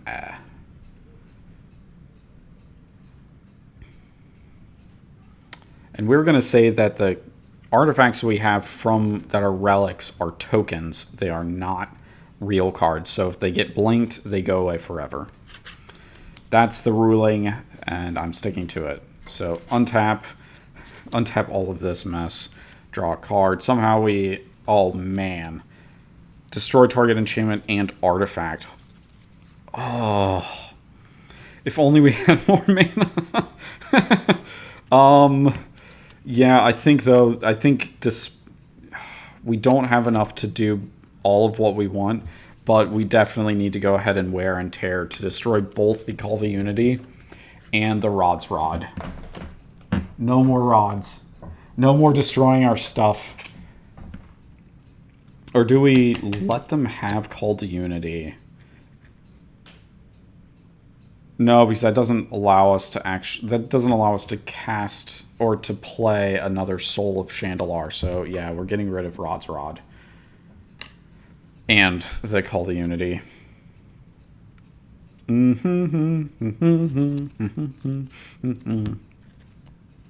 Let's go ahead and attack. Well, we'll activate the Bonder's Enclave to draw a card. Crook of Condemnation, nice. And we will also activate the Hot Sloppy to give Shurda another +1/+. We'll give it a +1/+1 and First Strike, Vigilance, Lifelink. So who do we attack here? We do have 5 power, but let's think. Do we attack the Esper deck? I think maybe we do just so that we can gain some life. I think that makes sense. So we're going to attack with Zerta. They are going to block with... Oh, I should have done something about it earlier. Okay, they're going to block with Blood Artist, and Blood Artist is going to go kaput, which means that they're going to gain a life and we're going to lose a life. I should have thought that through a little bit more. But then we do gain 5 life from Zerta, so I guess that helps a little bit. Not too much, but a little bit anyway. And we're going to try to roll to get away from this place. Because that trigger is that trigger's already going to happen, but maybe we can stop it from continuing to happen. Yes, Planeswalk. Yes, we got out of there. Thank goodness. And we go to Jund whenever a player casts a red, black, or green creature spell. It gains Devour 5. Ooh, ooh, ooh, ooh, ooh, ooh. Chaos, you can create 2 goblins. Oh boy. That could be really good. Devour 5 is so strong. Okay, so untap, and the Blood Artist is back in our hand. So let's see. Untap, upkeep. At the beginning of your upkeep, each player reveals the top card of their library, and they lose life equal to its converted mana cost. Everybody revealed a land, so everybody loses 0 life and just draws a card. Then I will draw a card for the turn. It's another land. Holy crap. Put that into play tapped. We do need to do something about being able to get things out, though. Let's see. I guess, arguably... Is that, like, just not absolutely disgusting? Can nobody destroy it? This spell can't be countered. It can't be blocked this turn. Oh, that is sick. How much mana do we have? 1, 2, 3, 4, 5, 6, 7, 8, 9, 10, 11. Technically, 10 more likely. So, let's see here. We could make just a insane Chromium. An absolute monster Chromium. Because it is a black creature. Oh. So we need 9 mana at least. Ugh. We need 9 mana at least to be able to do it. So we can only really cast 1 spell. We really do want the Smothering Abomination out when we do this, though. So I guess we should have changed this one. That's unfortunate. Okay, so we're going to... Let's go in... Well, let's do that and 1, 2, 3. There we go. That is enough to cast both the Blood Artist and the Smothering Abomination. And we will declare attackers. We will attack for 7 damage at somebody. So it's always good to look at life totals. We have pretty even now, but the Yorion deck doesn't... It just kind of got neutered with that wear and tear. So I think Super Scooter makes my list more. And they don't have a flyer, so they have to take the damage. Which means they are 1 attack away from losing. Okay, I'm okay with this. I am absolutely okay with this.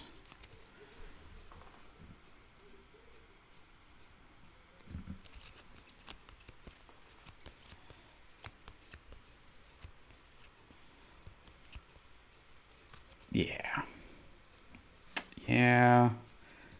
Yeah, I like this. I kind of wish that I had... Somebody could move away to a different plane. That could be a problem, but that's okay because Smothering Abomination, we don't really have to make a move until we really, really have to make a move. 1, 2, 3, 4, 5, 6, 7. Okay. So, yeah, I think we'll just do that and pass the turn. We'll stay on Jund and see if anybody changes.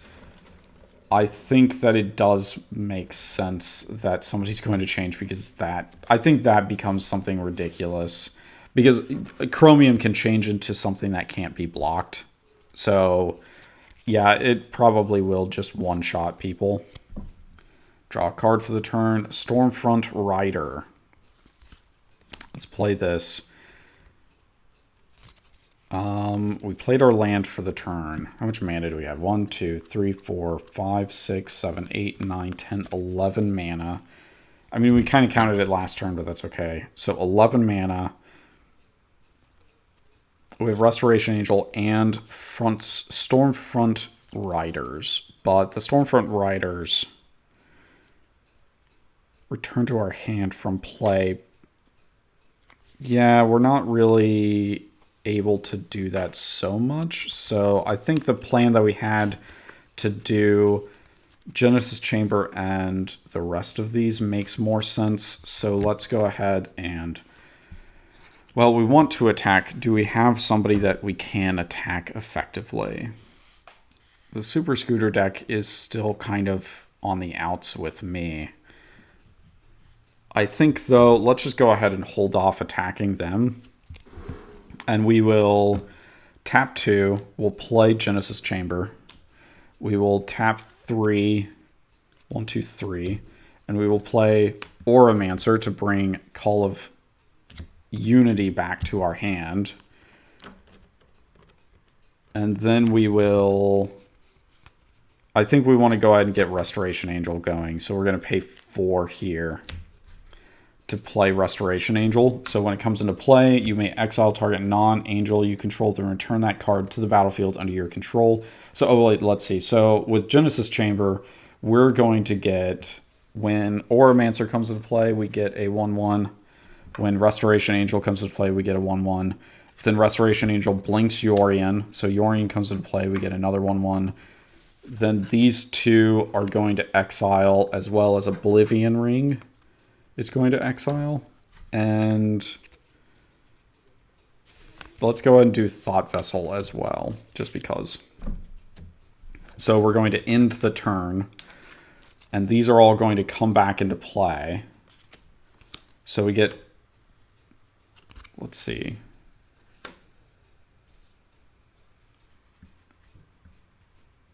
In the turn, the end of the turn starts.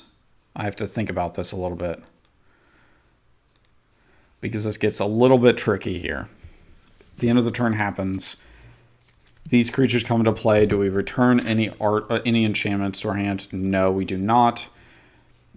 This triggers. We get 2 more of these. Then Yorion blinks. So it leaves play, comes back into play. We get another one of our Genesis Chamber tokens.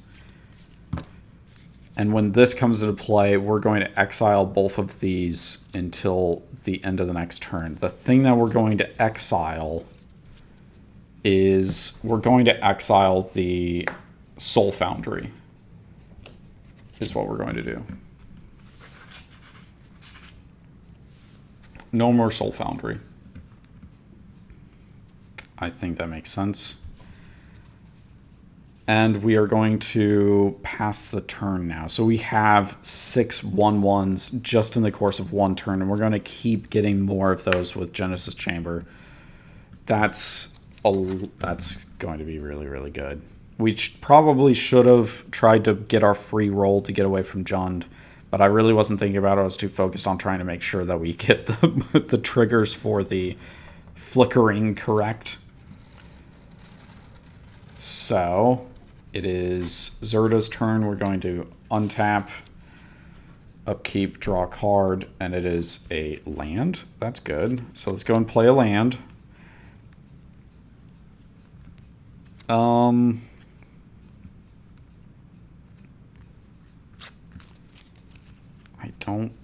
Let's see. Oh, that's sickening. Okay, well, that's over. Stop doing that now. we're going to play Containment Priest, which destroys Yorian now. Ouch.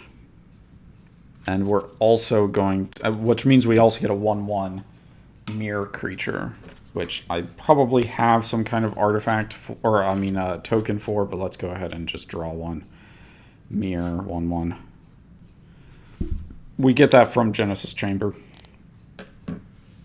So we do that. We also probably want to pay 3 here in order to do Mirror Entity. So we'll get a second Mirror token. So now we have 2 of them, like that. Let's see. Exile it instead. That's really rough. I think that do we activate this? I don't even, oh man, this is bizarre. Let's go ahead and equip Illusionist Bracers to the Sunhome Guildmage. And pass the turn. That's what we're going to do. I think that's all we're going to do. We do want to do some attacks at some point, but probably not right this second. And that means that this turn we are going to untap and upkeep. We have 2 triggers, Duskmantle Seer and Smothering Abomination. So we want to... Oh, man.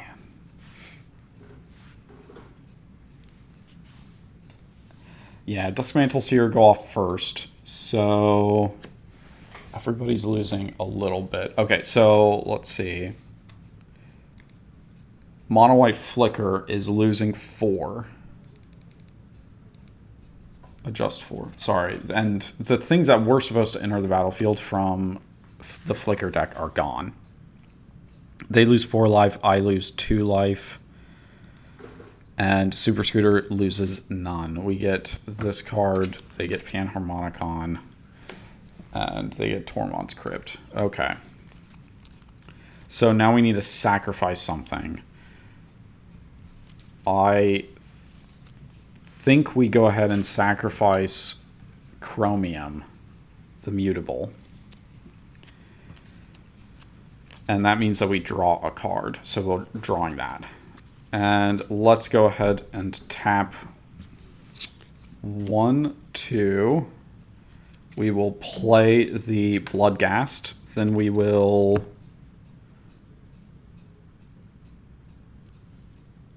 exile if it wasn't cast, right? It's just if it wasn't cast. Okay. Okay. And I guess because we sacrificed a creature, Blood Artist does activate, so we're going to gain a life, and we're going to make somebody lose a life. I think Super Scooter because they're ahead. Cuckoo. Wait, whoa, we've been going for 2 hours. Okay. Let's see. So our plan here with Chromium is we're going to... Do we want to... Maybe we Jund here? I guess we could. I think if we don't, then we get in trouble with the other decks of doing something. So, of being able to like move us away from it. So, 1, 2, 3, 4, 5, 6, 7, 8, 9. That's all of our mana. We're going to pay 9 mana. And we're going to play Chromium. And when we do, it has... When we cast it, it gains Devour 5. So we're going to go ahead and sacrifice all of our creatures. So then... Yeah. So we're going to draw 1, 2, 3, 4, 5, 6 cards. And also, Chromium is going to get 30 power and toughness. That's bananas. It's 1. That's 10. Need a few more dice. Let's see. There's almost all of it. That is 30 plus 1/+1 counters because of the Devour. And somebody loses 6 life and we gain 6 life. That also happens. So let's go ahead and have the mono white flicker lose 6 life and we will gain 6 life. Draw 6 cards. So 1, 2, 3, 4, 5, 6.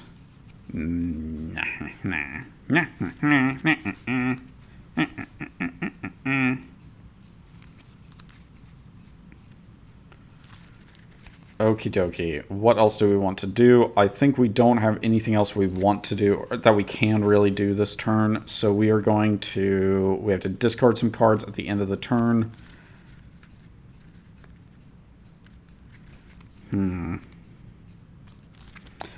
I think Brood of Cockroaches is one of them. Let's get rid of a couple of lands. That puts us at 7 cards in hand, so that's a good amount. So we're going to go ahead and put those into the graveyard at the end of our turn. And Brood of Cockroaches, we need to remember... Oh, put in the graveyard from play. No, so we're not going to do that. We're just going to do another land instead. We're going to do another Plains is what we're doing. Okay. So we are going to... We now have a 37-37. Insane amount of RAM. Basically. Untap. Oh, and they get a 1/1. Well, no, they get... Oh, they have 2 1/1 mirrors as well. He's a Genesis Chamber. The Aristocrats deck is what I mean. Okay. Untap, upkeep, draw a card. Conjurer's Closet. Well, it doesn't really do us any good right now, unfortunately. The stinky Containment Priest screwed us up really badly. I'm not sure. Well, actually, yeah, we do probably need to do this. Yeah, we're going to do Aligned Hedron for 4 mana. 1, 2, 3, 4. It is going to exile everything that has power 5 or greater, which includes my Yorion. So Yorion is going to be gone, but that also means the insane Chromium is gone. It means Zerda is gone.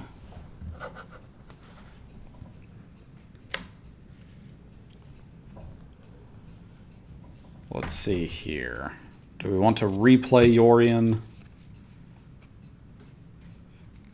Maybe not yet. Actually, I guess we should have played... Oh well. We're doing this in a really poor order now. We're not being smart about this because... I guess at the beginning of your instep, if a permanent left the battlefield this turn. Yeah, okay, so no, I'll still get the Unity thing here. Is there anything else that we want to do? And I don't think so. I think we just say... Oh, well, we do have 6 2/2 creatures with Genesis Chamber, so let's attack somebody. I think that is what we do. What's our life totals? Okay. Or no, do we not attack because frickin' we're 18 life and Super Scooter could probably kill us with... Oh, Mirror Entity. Okay, we're holding off. We're not doing anything. We're not attacking. We need blockers, unfortunately. So we're just going to have to keep... Well, no. This is what we're going to do. We're going to get ourselves... We're going to try to get our butt off of Jund, is what we're going to do. Blank. Okay, so let's pay 1. Not blank, please. Planeswalk. Okay, good. Now Chromium can't become crazy again. Instead, we're going to go to Oniki Catacomb. All creatures are black and have Death Touch. Whenever you roll Chaos, creatures you control get +1/+1 and gain first strike until end of turn. Okay, well that's worth rolling one more time. We're going to pay 2 because that means maybe we can get Genesis Chamber. Okay, so let's... No, we're planeswalking again. Okay, that's okay then. We are going to Lathe Lake. At the beginning of your upkeep, put the top 10 cards of your library into the graveyard. Oh, that's super bad. That can be super bad super quick. But we do get a Unity. We get Call for Unity here. So a +1/+1, and we will pass the turn. Sounds pleasant, Lathe Lake. It's like the play. It's like Alan Wake, probably. Because the thing with Magic is the idea is that you lose the game if you don't have any cards in your library, because your library essentially it represents your mind as a sorcerer or as a planeswalker. So if you have 0 cards in your mind, then it means that you've gone crazy, essentially. So yeah, I guess Lathe Lake is kind of a Alan Wake type place, probably. I think that makes the most sense. Okay, untap, draw a card. It is a plains. We want to go ahead and play it. Oh wait, no, we need a upkeep. 1, 2, 3, 4, 5, 6. That was 7, 8, 9, 10. Wow. Okay, now I'm drawing a card. It is Durskal Cavalry. That's not my hand. Durskal Cavalry. Let's play a mountain. Do I... Well, man.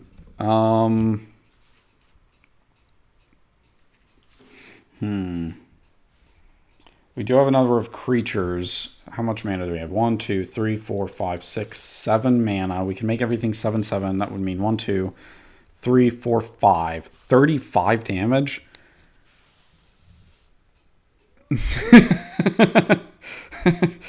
Yeah, I guess so. You ran out of cards. I'm sorry. I'm sorry to hear that. You are now insane. That actually means I think aristocrats are dead now. No, wait. Yeah, no wait. It's close. They're almost there. We need something else. Can we somehow figure out a way to do this? 4 mana, 3/3s. No, I think... Oh, wait, no, we have the Menagerie. So if we pay 4 mana, we have 1, 2, 3, 4, 5. So we get 5 mana out, which means we get to put 8 into Mirror Entity. So let's go ahead and do that. We will activate the Menagerie Mox, finally sacrifice it, which means we have 5 mana, and we will pay the other 3 to make everything that we have 8/8s, and we will attack for a lot of damage. 8 times 5. Wait, no, is that... Yeah, 45. That's enough. So, Esper aristocrats, they are... Unfortunately, they are dying. No, wait, it's 40. I should actually count correctly. It's 40. Poor aristocrats. Chromium being too crazy. So, this does mean that we have only 2 decks left. So let's go ahead and move these shenanigans around. Get rid of this mirrors. Let's see. Chromium out of the way. What are you doing?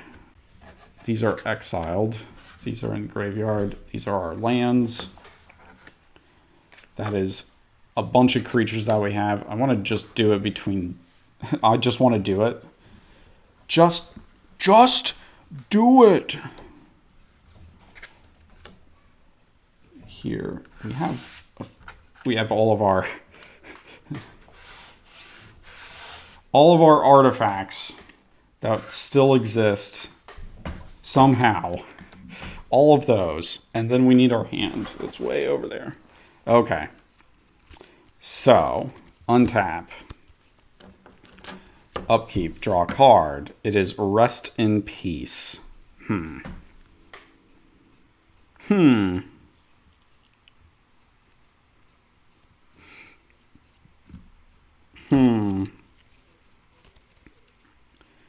could get rid of...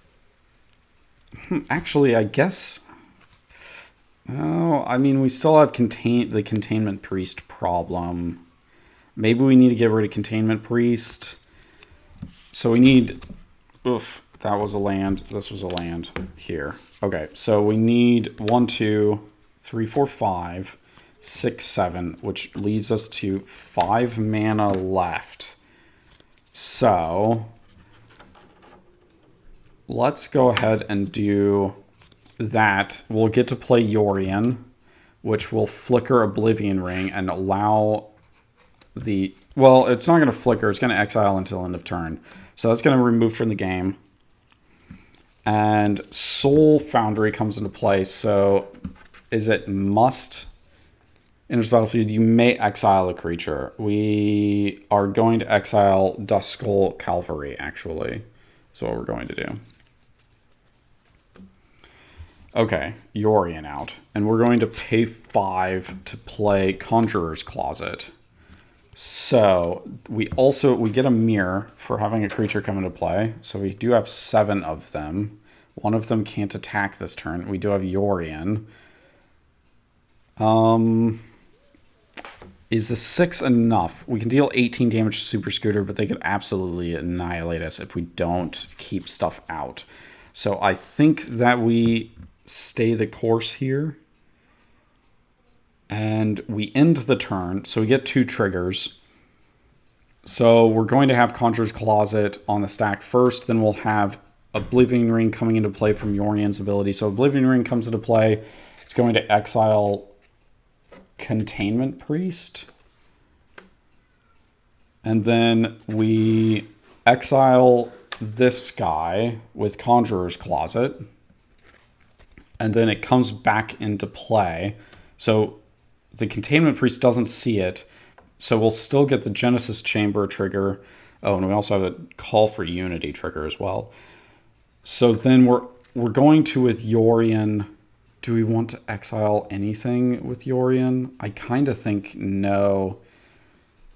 Because we have way more creatures than they do. They're going to have Duskull Cavalries, though. Ugh. Ugh.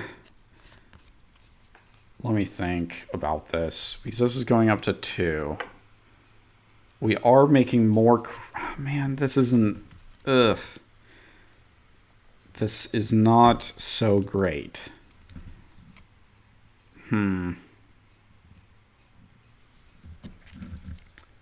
Thomas O'Malley?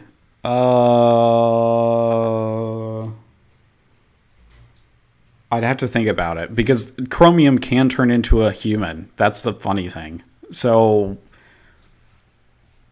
But is Thomas O'Malley also a dragon? That's the question. And I think the answer is no, but... Let's see. Man, we have Panharmonica. We can overwhelm them with creatures. I think maybe we just hold the course for now. But they are going to get... Oh, man, the Duskull Cavalries. We're going to have to do it quick because... Man, it's so good. We don't have enough flying coverage is really the problem. Ugh. They have 4 creatures right now. They may have enough mana. They need to replay Zerda. They're going to waste a turn on that. Does that give us enough chance to do something?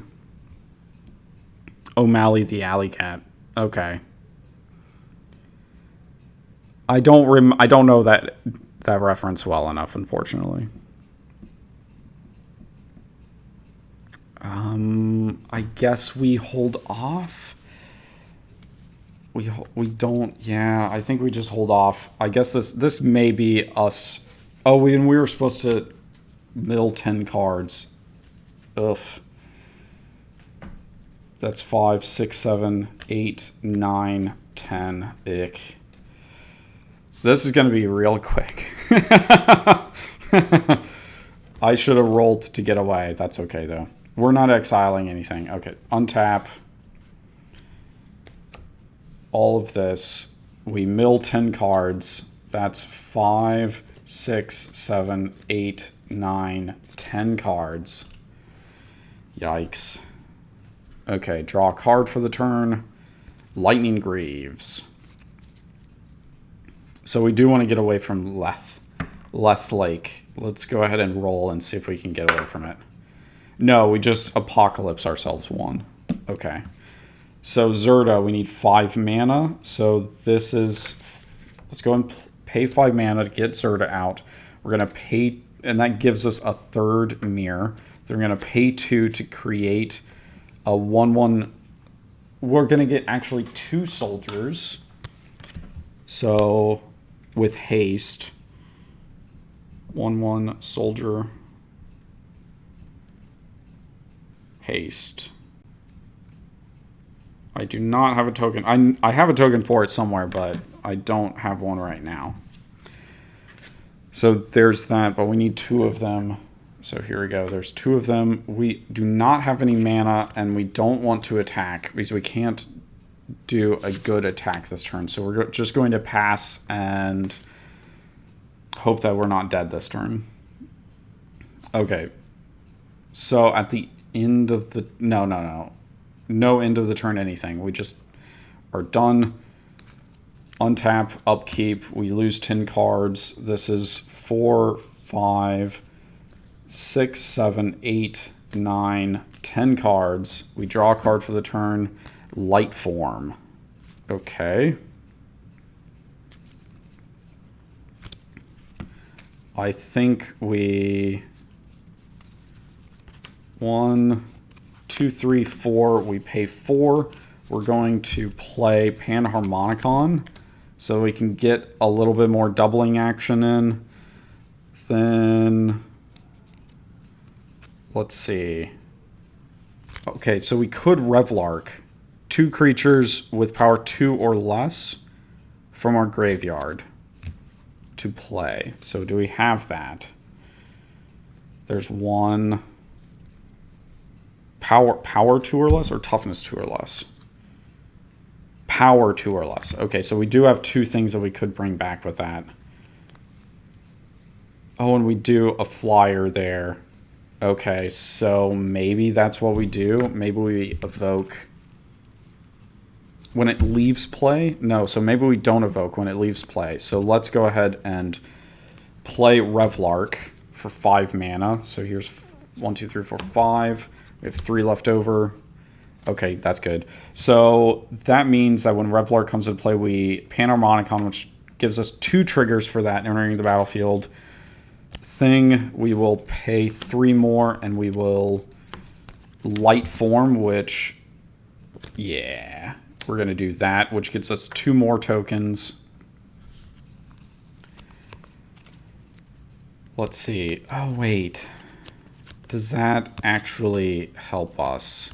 Because Cult to Unity doesn't do anything. Okay, we are going to conjure... Unfortunately, it's at the beginning of your end step. If a permanent... Yeah, and see when this... It needs to have a permanent having left the battlefield before our end step. So Conjurer's Closet is not going to get us there with it, but that's okay. Yorian's going to Flicker, which is going to remove these all from the game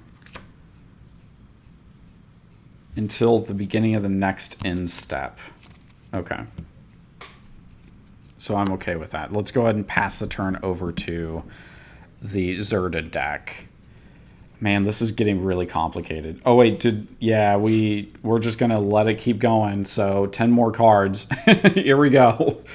That's 5, 6, 7, 8, 9, 10. Ouch. And that was untap, draw a card. This is Dragon Roost. So they have 12 tokens. So we need a way to get through, and they only have 1 flyer. So if we can start making more flyers, then maybe we can outpace them because our flyers will be able to go crazy. Let's see. I wish that I could double up the flying stuff. We need to pay 5 mana for that. So And 2 of it needs to be white, unfortunately. So we're going to do 5 mana. We get 1 of these. 1 Dromskull Cavalry whenever another spirit enters the battlefield. So we can gain some more life that way, but I don't really have anything else I could do. Let's go ahead and pay a mana and draw a card from our Bonder's Enclave. Soul of New Phyrexia. Okay. Oh, this is over here. This is my hand. Yeah. 8 cards. I'm going to have to discard a card. Let's go in Tormod's Crypt and exile their graveyard so they can't do shenanigans with Revlark anymore. And then we don't have to do any more effects now, but I do kind of want to get away from Leth Lake here. Yeah, you're lost. I'm getting close to being lost. There's so much on the battlefield now. Okay, so we're at 2 Apocalypse. Eek. Okay, pass the turn. Pass the turn. And that means at the end of the turn, these 3 come into play. Let's see. I need to make sure I do this right. These 3 come into play. We're going to use white mains. Well, this gets us 2 more tokens at the end of the turn. And Revlark is getting us 2 more tokens. We don't have a graveyard anymore, unfortunately. And then Lightform is getting us another of that. 2 more tokens for Lightform. But the white main lion is going to return itself to our hand. Okay, that's the end of the turn stuff. Let's go ahead and untap, upkeep. We need to 10 cards, so that's 5, 6, 7, 8, 9, 10. We draw a card for the turn. It's a Plains. Let's go ahead and play it. Let's go ahead and pay 2, and we're going to White Mane Lion and return it back to our hand, so that we at least get the trigger for... Or no, do we White Mane Lion? No, because that'll get rid of the light form, and we don't want to do that. But that also means that we get 2 more tokens that can't attack this turn. We'll put that as kind of down there. Stormfront Riders. So if it would target, that ability triggers an additional time. Oh, wait. So, yeah, when it comes to play, we have to return a second creature to our hand. Let's go and return Revlark back to our hand. And we will pay 5 mana to replay Revlark. So that's 2 more tokens. Do we do that again? I don't know that we do that again. I don't think it makes sense to do it again. Okay. I think actually this is where we could go to combat if we wanted to. Let's go ahead and count up how many creatures we have. We have 18 creatures that we could attack with. And they have 1, 2, 3, 4, 5, 6, 7, 8, 9 creatures. So 9 of our creatures are getting through. They are 1, 2, 3, 4 4s.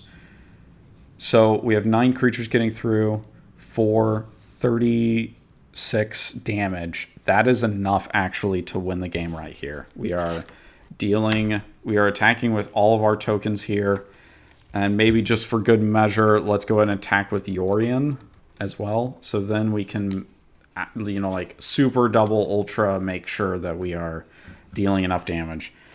And they are tapped out. There's nothing that he can do about it. So I think that actually does mean that we're done with this quite long match now. I know that there's some mistakes in there, and if I go back through this video, I'm probably going to cringe looking at it, knowing what was wrong. Or what could have been done better. But for now, I'm going to go and call it. I think that turned out really well. Leth Lake making it kind of shaky there at the end with possibly getting rid of all of the cards. But sheesh, I mean, like, the Aristocrats deck did do decently. I mean, not great. I think it does need some work on it, but for a first draft for a deck, that actually worked out pretty well. I built that not too long ago. I didn't build it this past week, like this past Sunday, but I built it a week before Sunday. So wow. And we got some good possibilities for future cards. Like I said, I do want to kind of keep track of some of the better ones that we write down for this stuff, so that maybe we can actually like spend a Sunday, or maybe we spend one of these regular streams just drawing out some of these ridiculous things that we've created.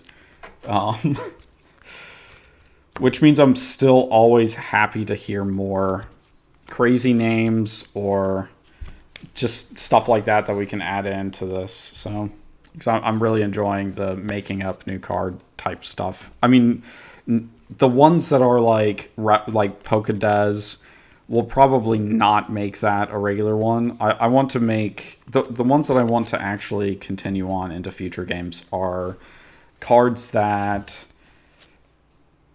you know, have a unique identity to them that's sort of separate from reality in a sense. I don't want to go too far deep into recreating other, like literally like recreating Harry Potter and in Magic or something. I've no interest in that sort of stuff, but I do have interest in making some wild stuff that we can just keep reusing. So